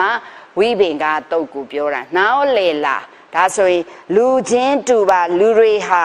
တယောက်နဲ့တယောက်မတူတာကံဆိုတဲ့ဗီဇမျိုးစေ့ဗီဇနဲ့တူတယ်ဆိုမိလိန်နာမင်းရဲ့အဖြေနဲ့ပါယူပြီးတော့ပြောတာဟုတ်ဘူးလားကွဲရောကွဲရလားနားလဲပြီနော်မှတ်စုကွက်ကိုတာဝန်ဒီတန်းကိုရောက်သွားပြီဒီတော့မှအဲ့ဒီတော့ရှင်နာဂသေနာကံဆိုတဲ့အကြောင်းနဲ့ရှင်းပြလိုက်တဲ့အခါမိလိန်ဒါမင်းကြီးကကျေနပ်သွားပါတယ်တဲ့ဒီနားလေးမှာတက်ဖြတ်ရက်မယ်နော်ဒီမှာ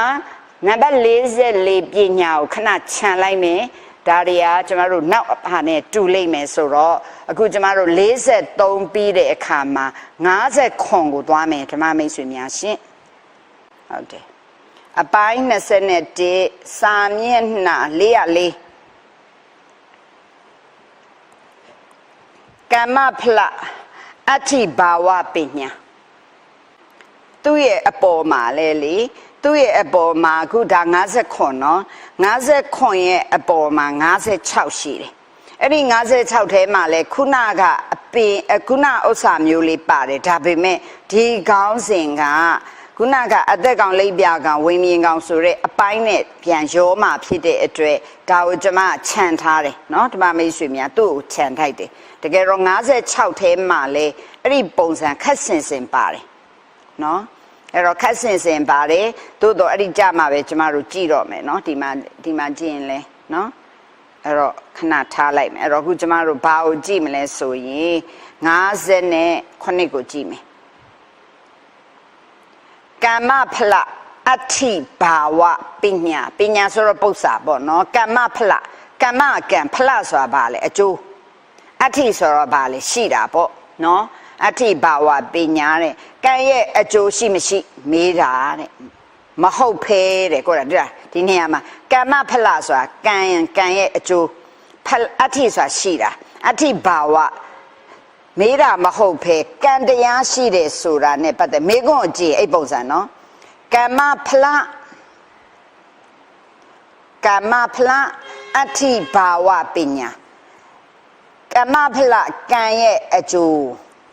အဋ္ဌိဘာဝပညာဆိုရှိမရှိမေးတာမဟုတ်ဖဲတဲ့ဟောမေခွန်းစမ်းတယ်နော်ဘာဝဲမေးလိုက်တာလေကံတရားရှိတယ်ဆိုတာ ਨੇ ပတ်သက်ပြီးမေးတဲ့မေခွန်းပါတဲ့နော်ဒါမှတ်ရမယ်ကမ္မဖလအဋ္ဌိဘာဝကံရဲ့အကျိုးရှိတယ်ကမ္မဖလကံဤအကျိုးအဋ္ဌိဘာဝရှိသည်နားလေလားပြန်ပြောမယ်နော်ကမ္မဖလဆိုတာဘာလဲ sorry ကမ္မဖလကံဤအကျိုးအဋ္ဌိဘာဝရှိတယ်နော်အဲ့တော့ကံရဲ့အကျိုးရှိမရှိမေးတာမဟုတ်ဖဲကံတရားရှိတယ်ဆိုတာကံတရားရှိတယ်ဆိုတာ ਨੇ ပတ်သက်ပြီးမေးခွန်းမှာတဲ့ဒါလေးတွေကကိုကပါဠိလေးခေါင်းစဉ်ရလဲဓမ္မမိတ်ဆွေတို့ဒီအတန်းမှာတော့ကျွန်မထင်တယ်နော်ဆရာတော်ဖရာကြီးပါဠိတွေမေးမှာပါဠိကျက်ရမယ်နော်အရင်တော့ကဒီပလိုမာတန်းတော့ရှောင်နိုင်တဲ့လောက်ရှောင်ခဲ့တာနော်အခုကျမတို့ဂုံတူးသမားဘာညာတွေကတော့ပါဠိနဲ့တွဲပြီးကျက်သွားတာပေါ့အခုဒီတန်းကတော့ဓမ္မမိတ်ဆွေများပါဠိကိုစွမ်းနိုင်တဲ့လောက်ကိုစ조사ကြည့်သွားဒါကြောင့်ခေါင်းစဉ်ကအစယူတာတော့じゃအခုခေါင်းစဉ်ကျမတို့ဘယ်နှခုကျက်ရမှာဒီ6လမှာ86ခုနော်86ခုနော်ဓမ္မမိတ်ဆွေများအဲ့ဒီ86ခုဆိုင်ရာတွေကိုဓမ္မမိတ်ဆွေတို့ခေါင်းစဉ်လဲမှတ်ထားအောင်နော်ဒီမေခွန်းဒီဘယ်ပညာကမေးနေတာလဲနော်နောက်တစ်ချက်အဲ့ဒီဟာကိုဆိုပါစို့ရဲ့ကမ္မဗလအဋ္ဌိဘာဝပညာခန်းအရာဖြစ်ဆိုပါဆိုရင်အဲ့လိုမျိုးလာမှာပေါ့နားလေပြီနော်ကြက်ရမယ်နော်ဒါကြောင့်ကဲဒါဆိုရင်ကမ္မဖလကံအကျိုးအဋ္ဌိဘာဝရှိတယ်ပေါ့နော်ကံတရားရှိတယ်ဆိုတာ ਨੇ ပတ်သက်ပြီးမေးတဲ့မေခွန်းဖြစ်တယ်တဲ့ကဲကြည့်အောင်မိလိန်ဓာမင်းကြီးကမေးပြီဣမိနာမရူပေနကမ္မံကတံကုသလံဝါအကုသလံဝါကုဟိန္တာနိကမ္မာနိတိဋ္ဌံတိဒါမျိုးတွေကြတော့အရှိချက်ဆရာမလို့မမေးဘူးဒါမျိုးတွေတော့မမေးပါဘူးเนาะညမှာပါဆရာတို့ဖေရအဲ့တော့ဘာမေးလဲ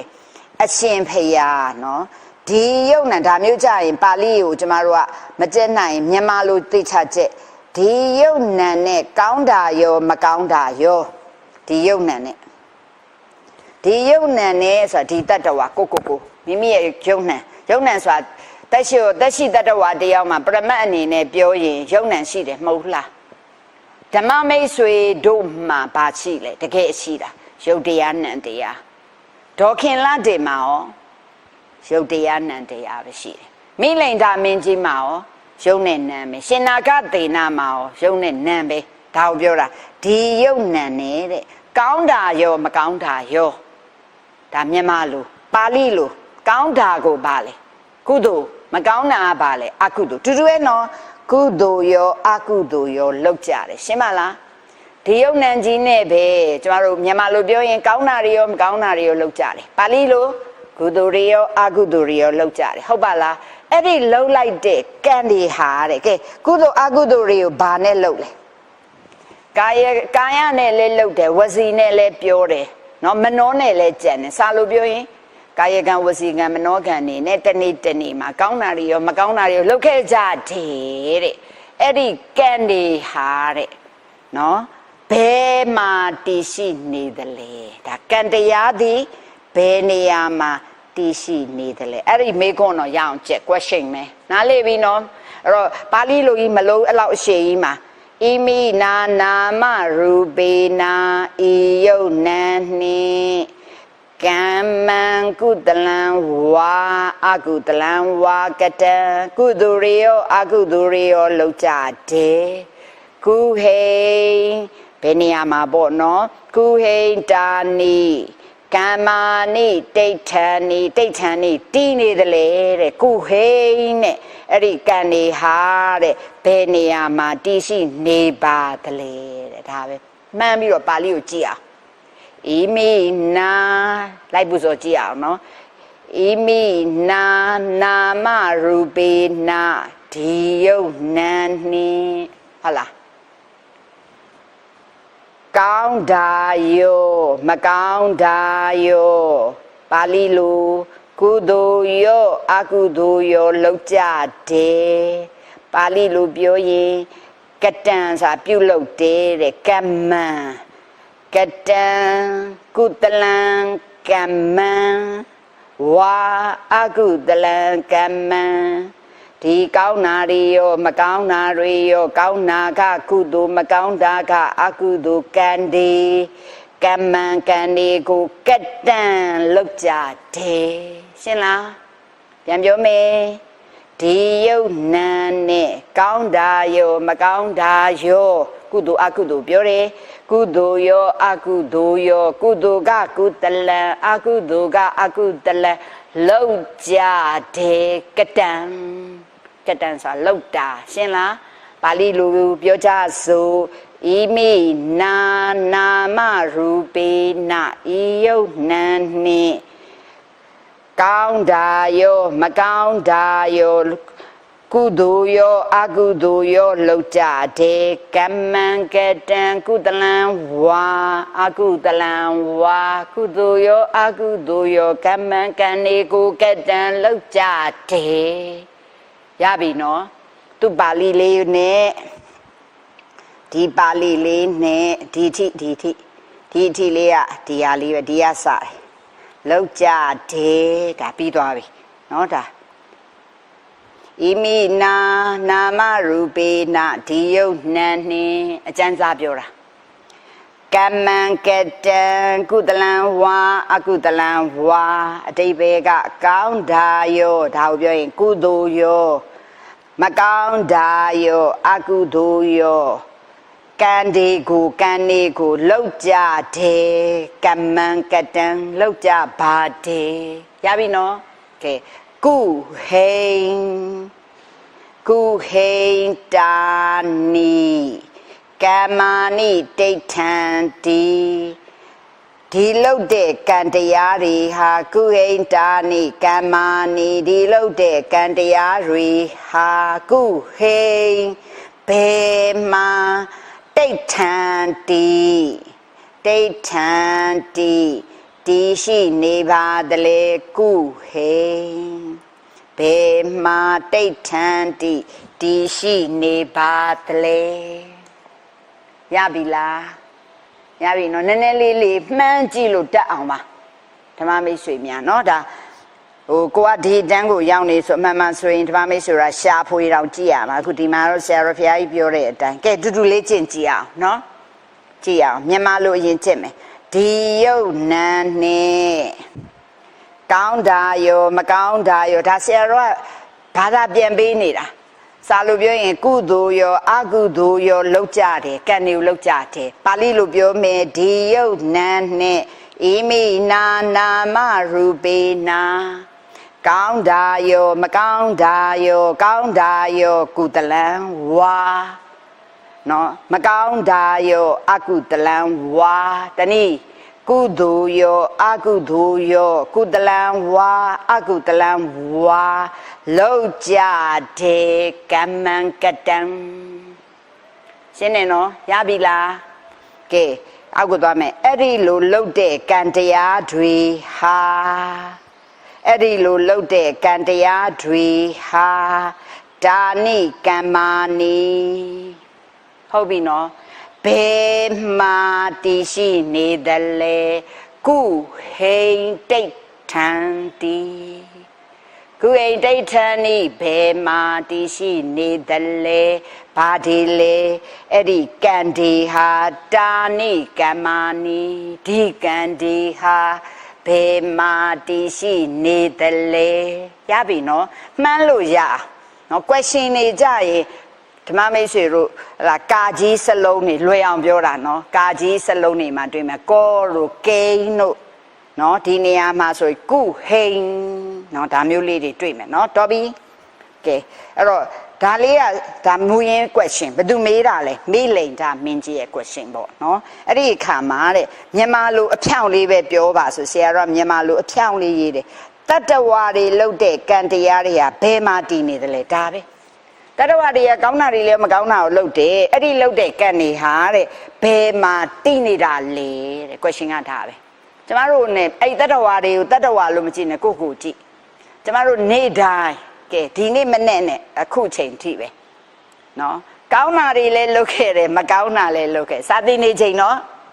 ကောင်းတာတွေလုပ်နေတယ်စာမသင်ခင်မိနစ်ပိုင်းနာရီပိုင်းလေးမှာဘာတွေလုပ်လဲ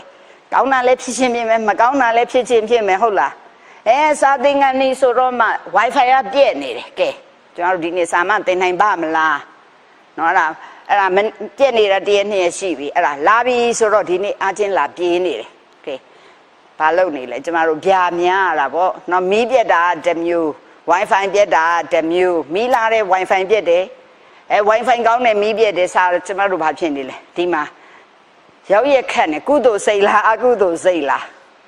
အလော30အလေ30တွေဖြစ်မနေဘူးလားခါတယ်ဘိုးဘိုးနဲ့တခါတယ်စာတင်ချိန်ကမန်းကတန်းလာတော့ကုသိုလ်များလားအကုသိုလ်များလားမိမိပါမလားဆိုရင်ကြောင်းကြတယ်ဆိုရပူနေတာဟုတ်လားအဲ့တော့အဲ့ဒီဟာလာတော့မကောင်းတာလည်းဖြစ်နေတယ်ဟဲ့လောက်ပါအောင်မောင်စီသူရဲ့ဟဲ့ဘာလောက်ပါအောင်ဟဲ့မလေးလောနေရတာနော်ကဲဒီကြားထဲမှာကျောင်းမှာပြင်ဆင်ရေးတွေရရှိတော့အလုပ်သမားတွေကလည်းလာဟာရှုပ်ရှက်ကိုခတ်နေဒီကြားတွေကလာတယ်ဆိုတော့ခုချိန်တော့ပါလေကုသိုလ်ရောအဲ့ဒီကုသိုလ်ရောအကုသိုလ်ရောကံနေမြောက်မနေဘူးလားဘာတွေနဲ့လှုပ်ခဲ့လဲနှုတ်နဲ့လည်းပြောရတယ်ကိုယ်နဲ့လည်းလှုပ်ရတယ်စိတ်ကလည်းပူနေရတယ်စင်းစစ်၃ခုကာယကံဝစီကံမနောကံကုသိုလ်တွေရောအကုသိုလ်တွေရောလှုပ်ခဲ့ကြတယ်တဲ့အဲ့ဒီကံนี่ဘယ်နေရာမှာသွားတည်လဲစဉ်းစားကြည့်ကိုကိုကိုလည်းစဉ်းစားကြည့်ဟမ်အခုကောင်းတာတွေဖြစ်မနေဘူးလား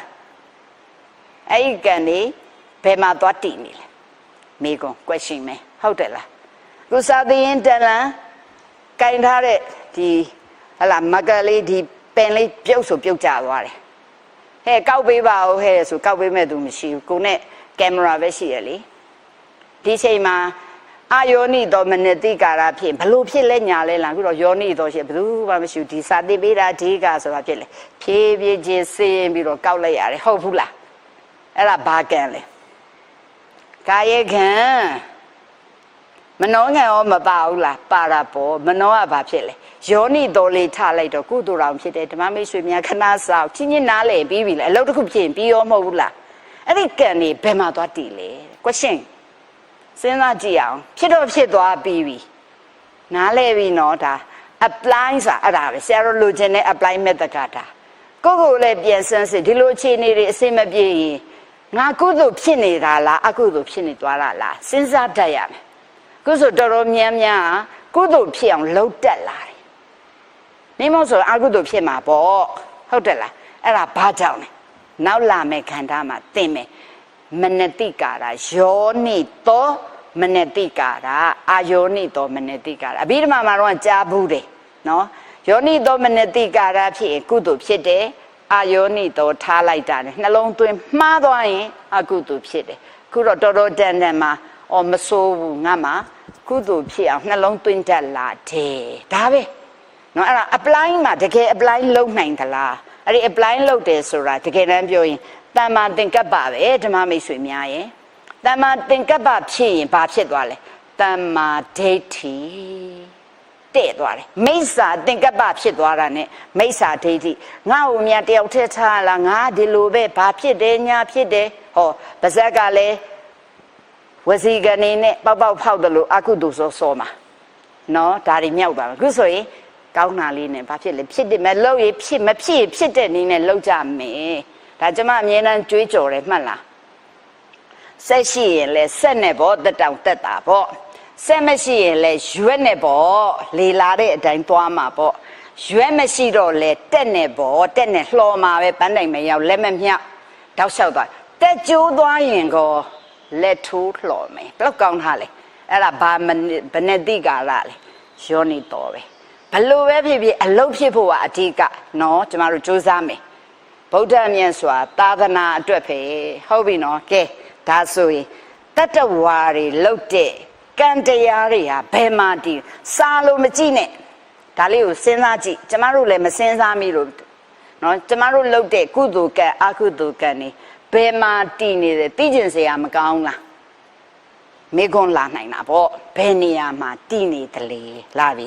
ရှင်နာဂဒေနာဘလို့ဖြေတယ်လေအနုဘန္ဒေယောမဟာရာဇမြတ်တော်မင်းကြီးအနုဘန္ဒေယောတာနိကမ္မာနိစာယဝအနပါယိနိကဲအရှိကြီးပဲနော်ဘယ်မှာတည်တယ်လို့မဖြေပဲတဲ့လိုရင်းလေးပဲပြောမယ်တဲ့ကံတာနိကမ္မာနိတာနိကမ္မာနိအဲ့ဒီကံဒီဟာတဲ့အရေးပမာစာယဝနော်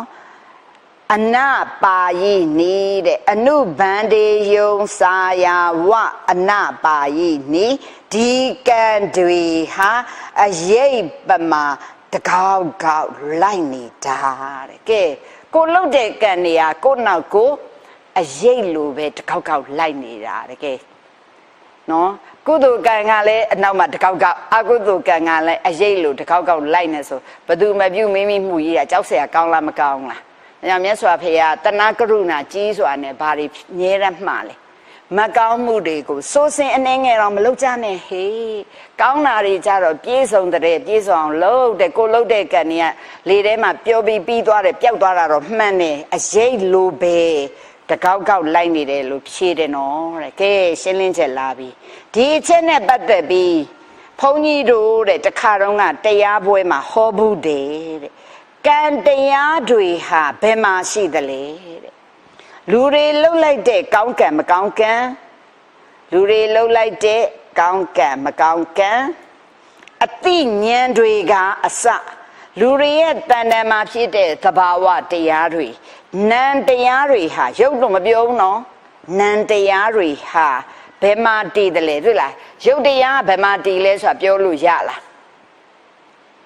ပြောလို့ရလားအခုရေတောက်လိုက်တယ်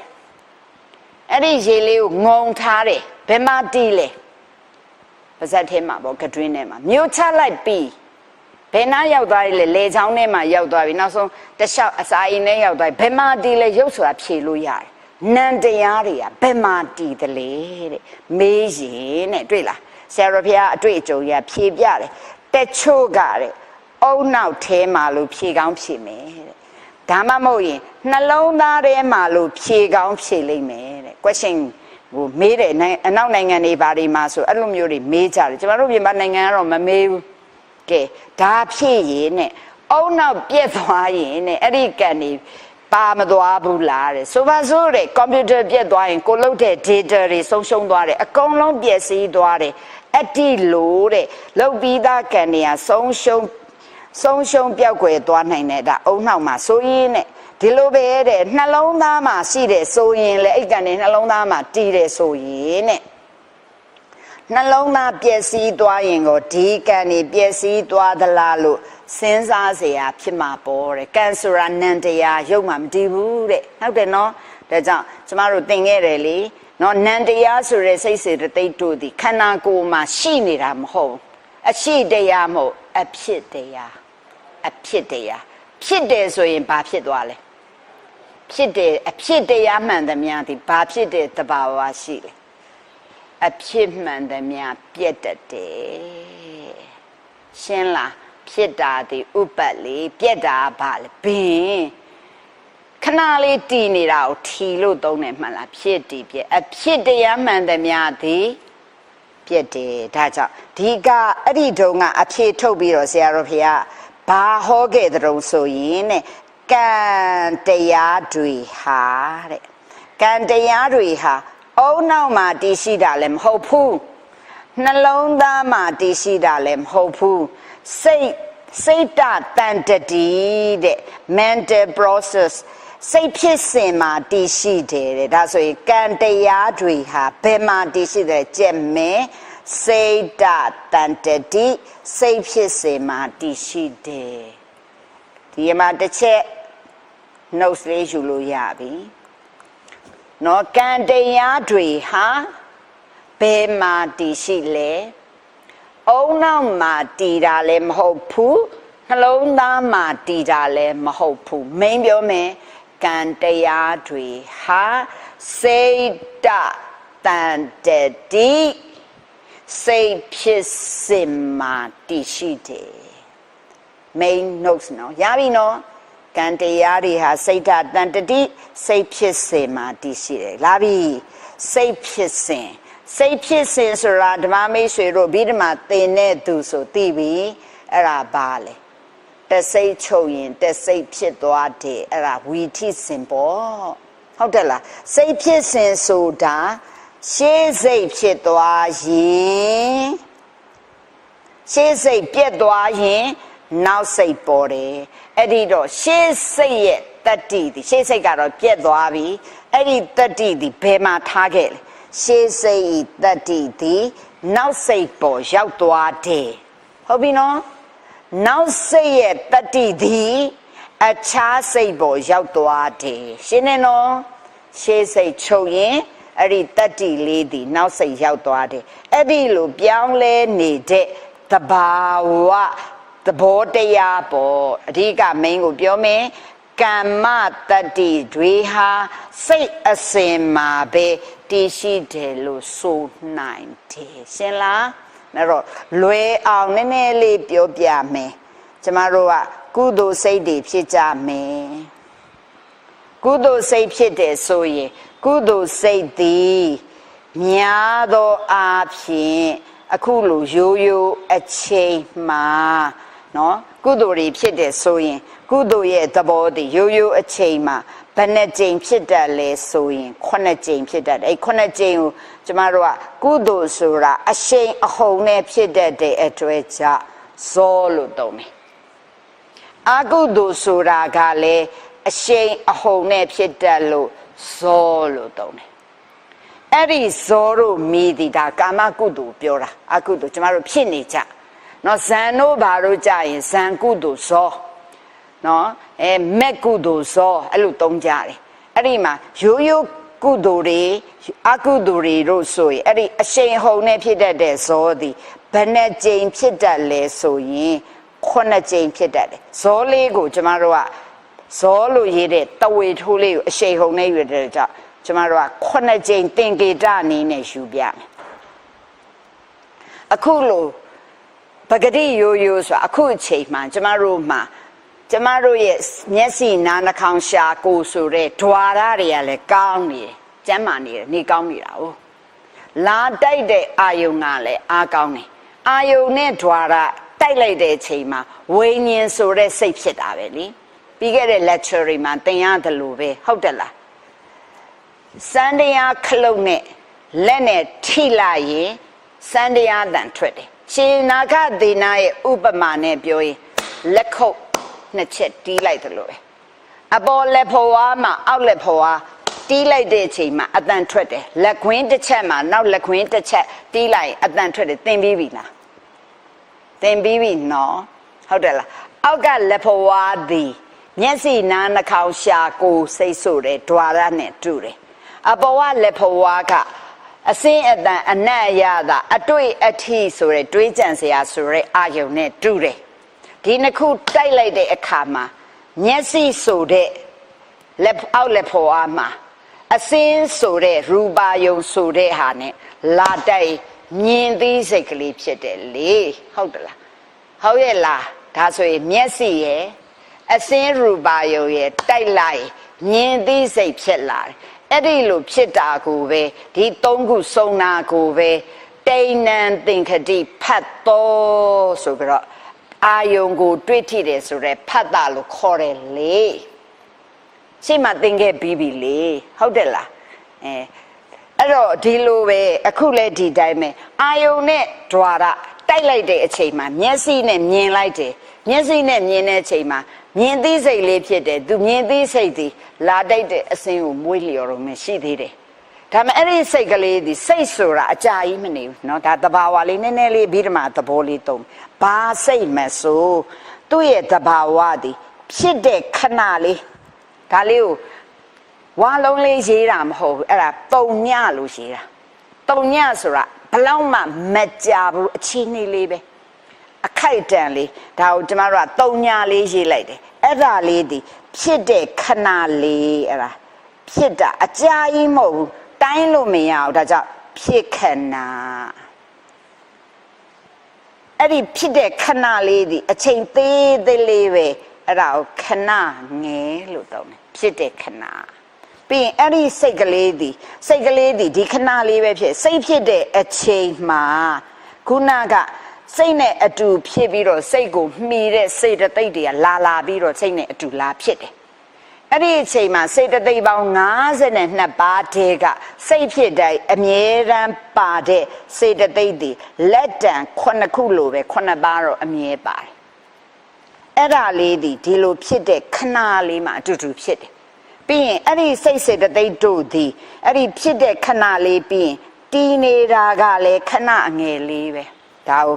တီခဏလို့ကျမတို့ကသုံးတယ်ပြီးရင်အဲ့ဒီခဏလေးဒီ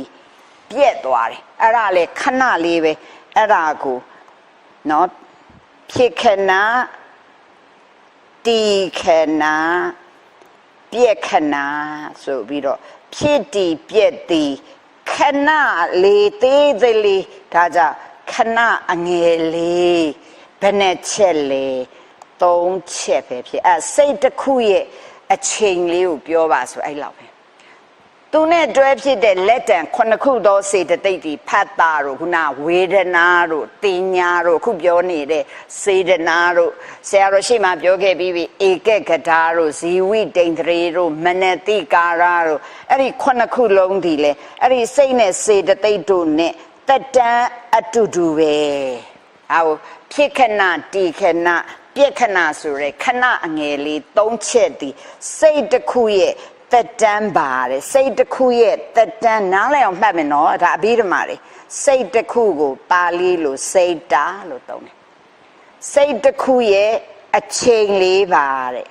စိတ်တစ်ခုရဲ့အချိန်လေးကိုပြောပြပါဆိုရင်ဘယ်လောက်ရှိလဲဖြစ်တည်ပြဲဟုသောခဏအငယ်လေး3ချက်ရှိတယ်ရှင်အဲ့တော့စိတ်ကလေးဒီဖြစ်ခဏဆိုတဲ့အချိန်လေးမှာလာဖြစ်တယ်စိတ်နဲ့အတူဟရိစေတသိက်တို့ဒီလည်းအတူလာဖြစ်တယ်တီခဏလေးမှာတီးနေတယ်မပြတ်ခင်တီးနေတယ်အဲ့ဒီအချိန်မှာစေတသိက်တို့ဒီလည်းဖတ်တာဝေဒနာတင်ညာစေတနာအတူတူပဲအဲ့ဒါလေးလည်းတီးနေတယ်နောက်ဆုံးပြက်သွားတယ်အဲ့ဒါလေးဒီစိတ်တစ်ခုရဲ့တက်တန်းအဲ့တော့စေတသိက်ဆိုတာဘာလဲစေတသိက်ဆိုတာအဲ့ဒီစိတ်နဲ့အတူဖြစ်ပါတယ်စိတ်နဲ့အတူချုပ်သွားပါတယ်စိတ်ကလေးကဘာကိုအာယုံယူလဲ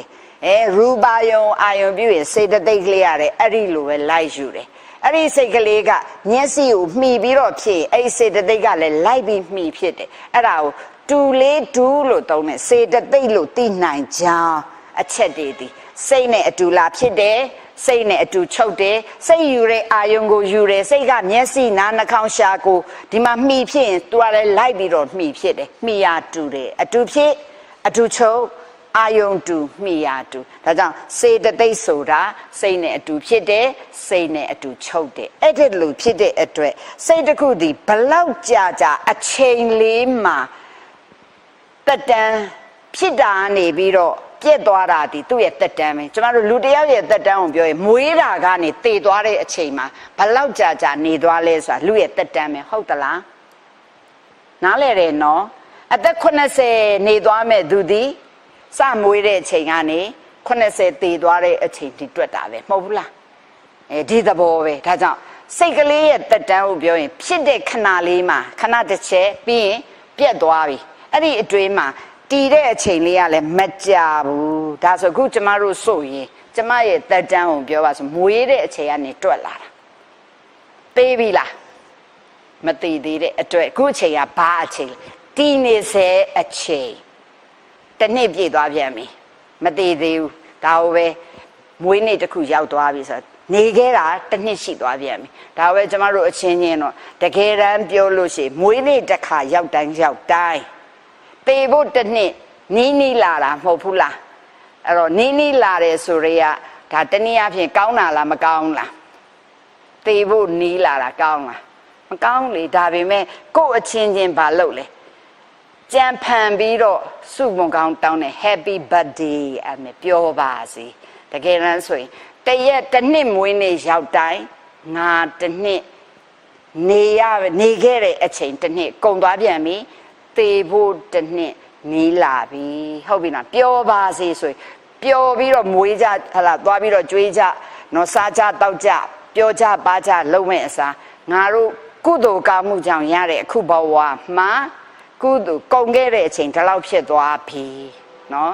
အသက်80ဆို80နေခဲ့ပြီးပြီနောက်ထပ်ဘယ်လောက်နေအောင်မဲမသိနောက်တစ်နေ့လည်းဖြစ်ချင်းဖြစ်မယ်နောက်တစ်နာရီလည်းသိချင်းသိသွားနိုင်တယ်ဟုတ်တယ်လားဒါကြောင့်အကျိုးရှိအောင်နေဆိုတဲ့စိတ်နဲ့ Happy birthday ပြောသလိုပဲစိတ်တစ်ခုရဲ့တက်တန်းကိုပြောပြပါဆိုဖြစ်တာခဏတစ်ချက်ပြစ်မှာခဏတစ်ချက်တီနေစရာလည်းခဏတစ်ချက်ဆိုခဏအငယ်လေး3ချက်ဒီစိတ်တစ်ခုရဲ့တက်တန်းဆိုတဲ့ကြောင့်ဒါကိုစိတ်တခဏစိတ်တစ်ခုရဲ့တက်တန်းဖြစ်တဲ့အတွက်ကြောင့်စိတ်တခဏတစ်ချက်လို့သုံးတယ်စိတ်တခဏတစ်ချက်ဟုတ်ပြီနော်စိတ်ရဲ့ခဏတစ်ချက်လို့သုံးတယ်အဲ့ဒီခဏတစ်ချက်မှာခဏအငယ်ဘယ်နဲ့ချက်ပါလဲ3ချက်ပါတယ်ဒါကြောင့်စိတ်တခဏကိုဒီမှာကြည့်ရအောင်ပါဠိလေးသင်ချင်လို့စိတ်တ plus ခဏအဲ့တော့ဒီအပေါင်းလေးကိုဖြုတ်လိုက်အနောက်ကခခွေးဒီနှလုံးဆင့်လို့ဘတော်မှမရတဲ့အတွက်ခခွေးပြီးရဲ့အရှိမဘာပြီးရှိလဲကာကြီးပြီးရှိတဲ့အတွက်ကာကြီးတောက်တော့မှမူရင်းခုနခခွေးလေးရေးလိုက်တော့စိတ်နှလုံးစင်းနေဖတ်ကြည့်နှလုံးစင်းဆိုအပေါ်တစ်လုံးအသက်တွေတင်ရမယ်ဆိုအပေါ်စလုံးအသက်တင်ရင်စိတ်တဲ့ခဏတစ်ချက်စိတ်တဲ့ခဏတစ်ချက်စိတ်တစ်ခုရဲ့တက်တန်းကိုပြောပြပါဆိုရင်ဖြစ်တည်ပြက်ဟူသောခဏအငယ်လေး3ချက်ရှိပါသည်ဒါကိုကျွန်တော်တို့အဘိဓမ္မာမှာစိတ်တဲ့ခဏတစ်ချက်သည်ဆိုတာဖြစ်တည်ပြက်ခဏငယ်3ချက်ဖြစ်တာကိုဖြစ်တယ်ဆိုတဲ့စလုံးဒီမြန်မာစလုံးလားပါဠိစလုံးလားမြန်မာစလုံးတော့ကြရောပြီးမဖြစ်နဲ့နော်ဖြစ်တာဒီပါမြန်မာစလုံးဒါကိုပါဠိလို့ပြောရင်ဥပ္ပါဒဟုတ်ပြီနော်ဥပ္ပါဒဆိုတာဖြစ်တယ်တဲ့တီးတာကိုပါဠိလို့ပြောရင်ထိတီးနေတယ်နော်ထားပါစို့ဒီလိုပဲသုံးမယ်တီးတာကိုထီလို့သုံးမယ်ပြက်တာကိုပါဠိလို့ဘင်္ဂဟုတ်ပြီနော်ဒါကိုဖြတ်လိုက်တော့ဘင်ဥပ္ပါဒကိုပါဠိလို့ဖြတ်ဆိုလိုက်တော့ဥပ္ပါဒကိုပါဠိကိုမြန်မာမှုပြုလိုက်တော့ဥပတ်ထီဘင်ဥပတ်ဖြစ်ခြင်းထီ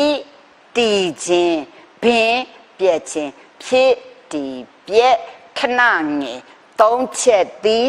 စိတ်တစ်ခုရဲ့တက်တန်းဖြစ်တဲ့အတွက်စိတ်တဲ့ခဏတစ်ချက်ဘယ်စိတ်မဆို့စိတ်တဲ့ခဏတစ်ချက်ဖြစ်တည်ပြက်ဥပ္ပတ္တိပင်ဟူသော ခဏငယ်3ချက်ရှိတယ်စိတ်နဲ့အတူတွဲဖြစ်တဲ့စေတသိက်ရဲ့တက်တန်းကိုပြောပါဆိုစိတ်နဲ့အတူဖြစ်ပြီးတော့စိတ်နဲ့အတူပြည့်ရတဲ့အတွက်သူလဲတူတူပဲရှင်းသလားအဲ့ဒီတော့စိတ်တစ်ခုဒီဘယ်စိတ်မဲ့ဆိုဒီလိုပဲရှိတဲ့အတွက်ကုသိုလ်စိတ်တွေဒီအရှိန်အဟုန်နဲ့သွားတယ်အကုသိုလ်စိတ်တွေလည်းအရှိန်အဟုန်တခြားစိတ်တွေဒီအရှိန်အဟုန်နဲ့မသွားဘူးဒါကိုအရှိန်အဟုန်နဲ့သွားခြင်းကိုကျမတို့ပါဠိမှာဇောလို့သုံးတယ်အရှိန်အဟုန်နဲ့ဖြစ်နေတာအဲ့ဒါဘယ်စိတ်တွေမှာအရှိန်ဟုန်နဲ့ဖြစ်လဲမြင်သိစိတ်အရှိန်ဟုန်နဲ့မဖြစ်ဘူးကြားသိစိတ်အရှိန်ဟုန်နဲ့ဖြစ်သူတို့ကဖြစ်ရင်တစ်ချိန်ပဲဖြစ်တယ်သို့တော့ကုသိုလ်စိတ်တွေအကုသိုလ်စိတ်တွေကြိုင်အ ਨੇ ဆုံးကျမ်းမာနေတဲ့အချိန်ဆိုရင်9ကြိမ်အမြဲဖြစ်တယ်အကုသိုလ်စိတ်လည်း9ကြိမ်ပဲဖြစ်တယ်ဒါအဘိဓမ္မာကိုကျွန်မနားလည်လွယ်အောင်ပြောနေတာနားလည်ပြီနော်အဲ့ဒီလိုဇက်တိုက်ဖြစ်တတ်တယ်ဆိုလောဘမှုစိတ်လောဘစိတ်ဆိုရင်လည်း9ကြိမ်ပဲဒေါသစိတ်ဆိုလည်း9ကြိမ်ပဲမောဟစိတ်ဆိုလည်း9ကြိမ်ပဲကုသိုလ်စိတ်ကြရင်လည်း9ကြိမ်ပဲအလောဘစိတ်ဆိုလည်း9ကြိမ်အဒေါသစိတ်ဆိုလည်း9ကြိမ်အမောဟစိတ်ဆိုလည်း9ကြိမ်ပဲဖြစ်တယ်အဲ့ဒီလိုဖြစ်တဲ့အကြိမ်တွေကို9ကြိမ်ကိုကျမတို့ကဒါဒီရိုးရိုးကျမ်းမာတဲ့အချိန်သေခံဤအချိန်ကျရင်9ကြိမ်ပဲဖြစ်တော့တယ်ဟုတ်ပြီနော်ဒါမျိုးလေးတွေရှိဆိုအဘိဓမ္မာမှာအဲ့လိုသင်မယ်ဆိုတော့ခုကျမတို့အဲ့ဒီလိုဖြစ်တဲ့နေရာမှာပထမကုသိုလ်စိတ်သည်ဥပတ္ထိပင်ရဲ့လို့နော်ဥပတ္ထိပင်ရဲ့လို့ဖြစ်သွားပြီဖြစ်သွားရင်သူသည်ပထမကကုသိုလ်လို့ပြောရင်ကုသိုလ်ပဲကျမတို့ပြောချဆိုကုသိုလ်ဇောစိတ်ကလေးသည်ဥပတ္ထိပင်ရဲ့လို့ဖြစ်သွားပြီပြက်သွားပြီဆိုရင်သူသည်သူ့ရဲ့တတ္တိကိုဘယ်ကိုပေးလိုက်လဲဒီဒုတိယဇောစိတ်ကလေးကိုသူကပေးလိုက်တယ်ရှင်းလားဒုတိယဇောစိတ်ကလေးဒီလေဘယ်ကြရင်ချုပ်လဲဥပတ္ထိပင်ရဲ့လို့ချုပ်သွားပြီသူဒီဘသူကိုအဲ့ဒီအရှိန်တတ္တိပေးခဲ့လဲเนาะကျမစိတ်ကလေးရေးလိုက်လို့ကဲညင်အောင်ပြောမယ်ဒုတိယဇောစိတ်ကလေးကလည်းမျိုးတူပဲเนาะကုသိုလ်ဥပတ္ထိပင်သူကချုပ်သွားရင်တတိယဇောစိတ်ကလေးကိုအားပေးခဲ့တယ်သူတတ္တိနောက်ပြီးသူကချုပ်သွားပြန်ပြီသူ့ရဲ့ဇောစိတ်တတ္တိလေးကိုဘသူ့ကိုပေးခဲ့လဲသဒုဋ္ဌဇောစိတ်ကိုသဒုဋ္ဌဇောစိတ်ကလည်းချုပ်သွားပြီဆိုရင်ပြင်စမဇောစိတ်ကိုပေးခဲ့တယ်သူကလည်းချုပ်သွားပြီဆိုရင်ဒီဘက်ကိုအားပေးခဲ့တယ်အဲ့ဒီလိုတဲ့စိတ်တို့သည်တစိတ်ချုပ်သွားရင်နောက်တစိတ်မှာတတ္တိတွေပေးခဲ့တဲ့အတွေ့တဲ့အဲ့တော့ဒါကဇက်တိုက်မျိုးတူနောက်တစ်ချိန်ကျတော့တခြားစိတ်တွေလည်းရှိသေးတယ်ဒါကတော့အဘိဓမ္မာတွေသင်မှပဲသင်တော့မရှုပ်သွားမှာဆိုတဲ့အတွေ့အဲ့ဒီလိုသွားတဲ့အတွက်ကြောင့်ရှင်မိလိန်ထာမင်းကြီးကမေးတယ်နော်ကုသိုလ်တွေအကုသိုလ်တွေတဲ့တနေ့မှာဖြစ်သွားရင်တဲ့အဲ့ဒီကုသိုလ်ကံအကုသိုလ်ကံဘယ်အချိန်မှာကံမြောက်သွားလဲဆိုတော့1 2နော်ဒီမှာကြည့်ရင်1 2 3 4 5 6ကဲဒီမှာ9ဒါဆိုရင်ဒီသတ္ထဇောစိတ်ကလေးကလေသူကချုပ်သွားရင်ဒီတတ္တမဇောကိုပြီးရင်ဒီအချိန်မှာကုသိုလ်အကုသိုလ်ဆိုင်ရာကိုမေးတဲ့အတွက်ကြောင့်ကုသိုလ်ဖြစ်ဖြစ်အကုသိုလ်ဖြစ်ဖြစ်အများဆုံးသည်9ခုမြောက်စာလို့ပြောရင်တတ္တမဇောမှာပြီးသွားတယ်အဲ့ဒီတတ္တိတွေဒီဘယ်မှာရှိဆိုရှေးစိတ်အဲ့ဒီလူတွေတတ္တိတွေပေးခဲ့ပါတယ်ဒါကြောင့်ကုသိုလ်ကံဒါကုသိုလ်ကံအကုသိုလ်လည်းဒီတိုင်းပဲလောဘဖြစ်သွားတယ်ဒီတိုင်းပဲသွားမယ်ဒေါသဖြစ်သွားမယ်ဒီတိုင်းပဲဘလို့ဒေါသလဲရိုးရိုးမကျေနပ်တဲ့ဒေါသလားမနာလိုမှုနဲ့တွဲတဲ့ဒေါသလားခက်ထန်တဲ့နော်ဒီနေရာမှာနှမျောတွတ်မှုနဲ့တွဲတဲ့ဒေါသလားငါနဲ့မှဖြစ်ရလေခြင်းဆိုတဲ့နောင်တနဲ့ဖြစ်တဲ့ဒေါသလားရိုးရိုးလောဘလားမာနနဲ့ရှင်တဲ့လောဘလားဒါငါသားငါသမီးငါပစ္စည်းဆိုတဲ့ဒိဋ္ဌိနဲ့ဆွဲတဲ့လောဘလားဟောလောဘမှာလောဘဒိဋ္ဌိမာနဒေါသမှာဒေါသအိတ်တာမစ္စရိယကုက္ကုဆာရိုးရိုးမသိတဲ့မောဟလားတန်တရားနဲ့တွဲနေတဲ့မောဟလားဝိသိကိစ္စနော်အဲ့ဒီလိုသူ့ရဲ့ခန္ဓာတွေအဲ့ချေငိုင်းကြီးပြီးတော့မသိတဲ့မောဟလား ခိနာမိတ်တာနဲ့တွဲနေတာစသည်ဖြစ်သူဒီဂရီတွေသူဒီဂရီရှိကြတယ်နေရာမှာတဲ့အဲ့ဒီကံနေသည်ဘယ်သူလောက်တာကိုနှလုံးသွင်းနဲ့ကိုမှဖြစ်သွားတယ်အဲ့ဒီကံနေဘယ်မှာတည်လဲအရေးလိုပဲတဲ့နောက်ကနေလိုက်နေတာကြောက်စရာကြီးအဲကြောင့်ကိုလှုပ်ထားတဲ့ကံမဲနော်ကိုနောက်ကိုပဲနော်ပါကြမှာနော်မနေရလို့တေကြတော့ခါနော်ကိုလှုပ်တဲ့ကံနေဘယ်ကိုလာမလဲကိုနောက်ကိုပဲပါကြမှာကိုပြူထားကံများကိုနောက်သားကြောက်စရာကြီးဒါကြောင့်အဲ့ဒီကံနေဘာလို့ယူမလဲသိနေတဲ့အချိန်မှာမသိခင်ကတော့ထားလိုက်တော့မသိလို့ဒါကြောင့်မသိလို့နားမလဲလို့တွေးဝေလို့မိုက်မာလို့ထားခဲ့မှာထားလိုက်တော့သိရသားနဲ့နားလည်ရသားနဲ့နော်မတွေးဝေပဲနဲ့ဘာလို့အဲ့ဒီကံနေယူမလဲနော်ဒါကြောင့်အဲ့ဒီကံနေဒီတဲ့ဘယ်မှာတည်နေသလဲတဲ့ဒီမှာလူတွေလှုပ်တဲ့ကောင်းကံမကောင်းကံနေဘယ်မှာတည်ရှိလဲလို့မေးတဲ့အခါမှာတဲ့ဘယ်နေရာမှာတည်ရှိတယ်လို့ရှင်နာဂသေနာကမဖြေပဲတဲ့ကံတွေဟာအရေးပမာတတ္တဝါတွေနောက်ကသာလိုက်ပါထက်ကြက်မကွာလိုက်ပါနေတယ်လို့ပြောတာဘယ်မှာတည်ရှိတယ်ဆိုတာမဖြေဘူးတဲ့နားလည်ပြီနော်ထက်ကြက်မကွာဆိုတာနားလည်ပြီနော်ဒါကြောင့်အဲ့လိုဖြေလိုက်တဲ့အခါမိလိန်တာမင်းကြီးကပြန်မေးတယ်တဲ့တက္ကာပနဗန္ဒေတာနိကမ္မာနိဓာတ်ပေတုံနဲ့ဗန္ဒေအရှင်ဖယားဗန္ဒေအရှင်ဖယား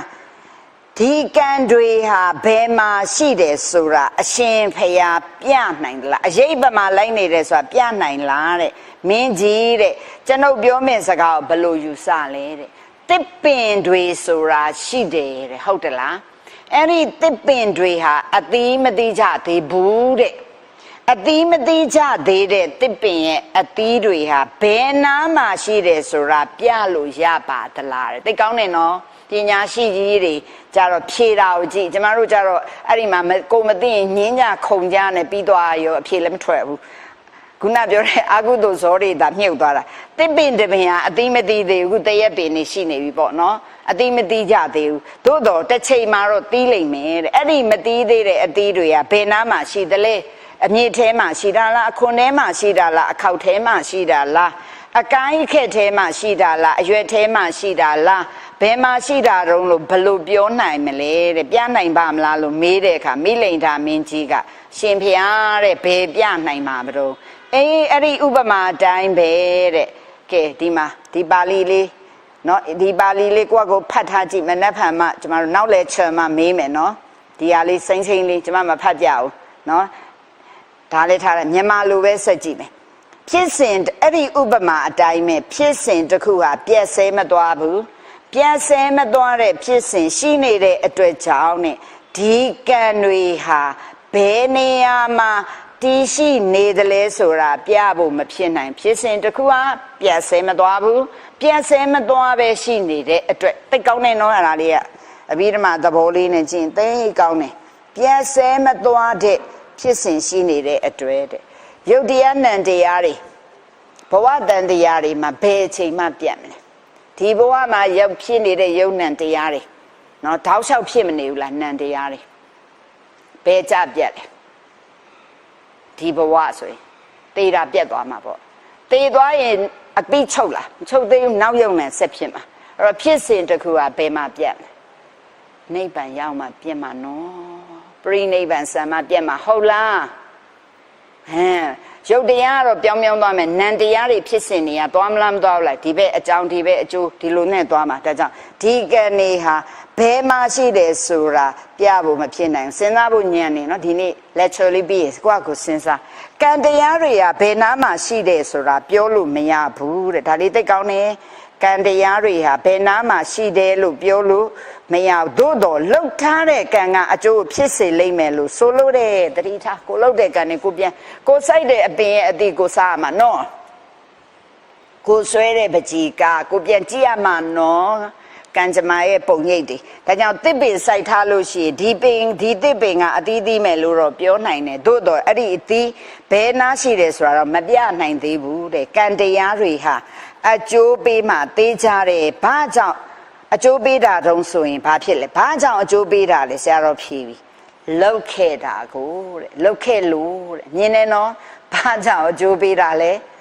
လောက်ခဲ့လို့ဟုတ်တယ်နော်သို့တော်တဲ့အဲ့ဒီလောက်ထားတဲ့ကံတွေကဘယ်နာတည်ရှိသလဲဆိုရင်တဲ့ဒါတော့ပြလို့မရဘူးလို့ရှင်နာဂတိနာကဖြေပါတယ်တဲ့ကဲဒီနေ့အဲ့ဒီနာလေးမှာတစ်ချက်ရက်ပါမယ်